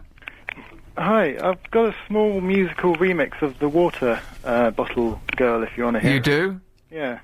It's only 1 minute 18. Have we got enough time? Now, what kind of quality are we going to be hearing this in? Super Soraway Mono? Yeah, I think so. Great. Let's hear it right now. Okay. That's fine. Now, what kind of quality are we going to be hearing this in? Super Soraway Mono? Yeah, I think so. Great. Let's hear it right now. Okay. I think we have a technical fault. What kind of quality are we going to be hearing this in? Super Soraway Mono? Yeah, I think so. Great. Let's hear it right now. I think we have a technical fault. What kind of quality are we going to be hearing this in? It's like we're disappearing up our own fundament. It's like hearing a show in the Swiss Alps, isn't it? Everywhere you look, there's an echo. Do you want the answer to that person? What on earth is going on here? This man's lost his mind. Timo, that was dreadful. What was going on? I don't know. We were getting a constant echo. You know, like when a TV looks at a television, or like a TV camera looks at a TV, and it or when two mirrors are aligned so that you can see one mirror and it just disappears into the distance. You know that effect that I'm talking about? That's what we just had orally. That was the worst oral experience I've ever had, Timo. Oh, I'm sorry. But try again next time, all right? Okay. Thanks a lot, mate. Will there be a next time? Well, I've got no idea. We'll find out together, eh? Okay. Ta-da. Bye. What were you saying, Lucy? I've got the answer. What answer? Derek called up and said it was W.C. Fields. W.C. Fields is the correct answer. What does he win? What do you want to give him? How about some bottled water? Lovely. He won't drink it because, fish. Do we need to do these two, or shall we just muddle along? Go on, get one more. Let's see if we can squeeze one in. Oh, wait. David in Croydon, pick up the phone. One more. You're going to be the last call. Or how about, I'm sorry that you've failed that test. Greeky Lion. Yes. Hello, London. Hello, the world. Greeky Hello, Lion. Mr. Nick Abbott. Yes, Greeky Lion. Is that your name? Yeah, that's my musical AKA name, and people know me by that name all around the world. Oh, yeah. Oh, Greeky Lion. Oh, well, you should have said Greeky Lion. It's you. So that was our last call. Wasn't it great?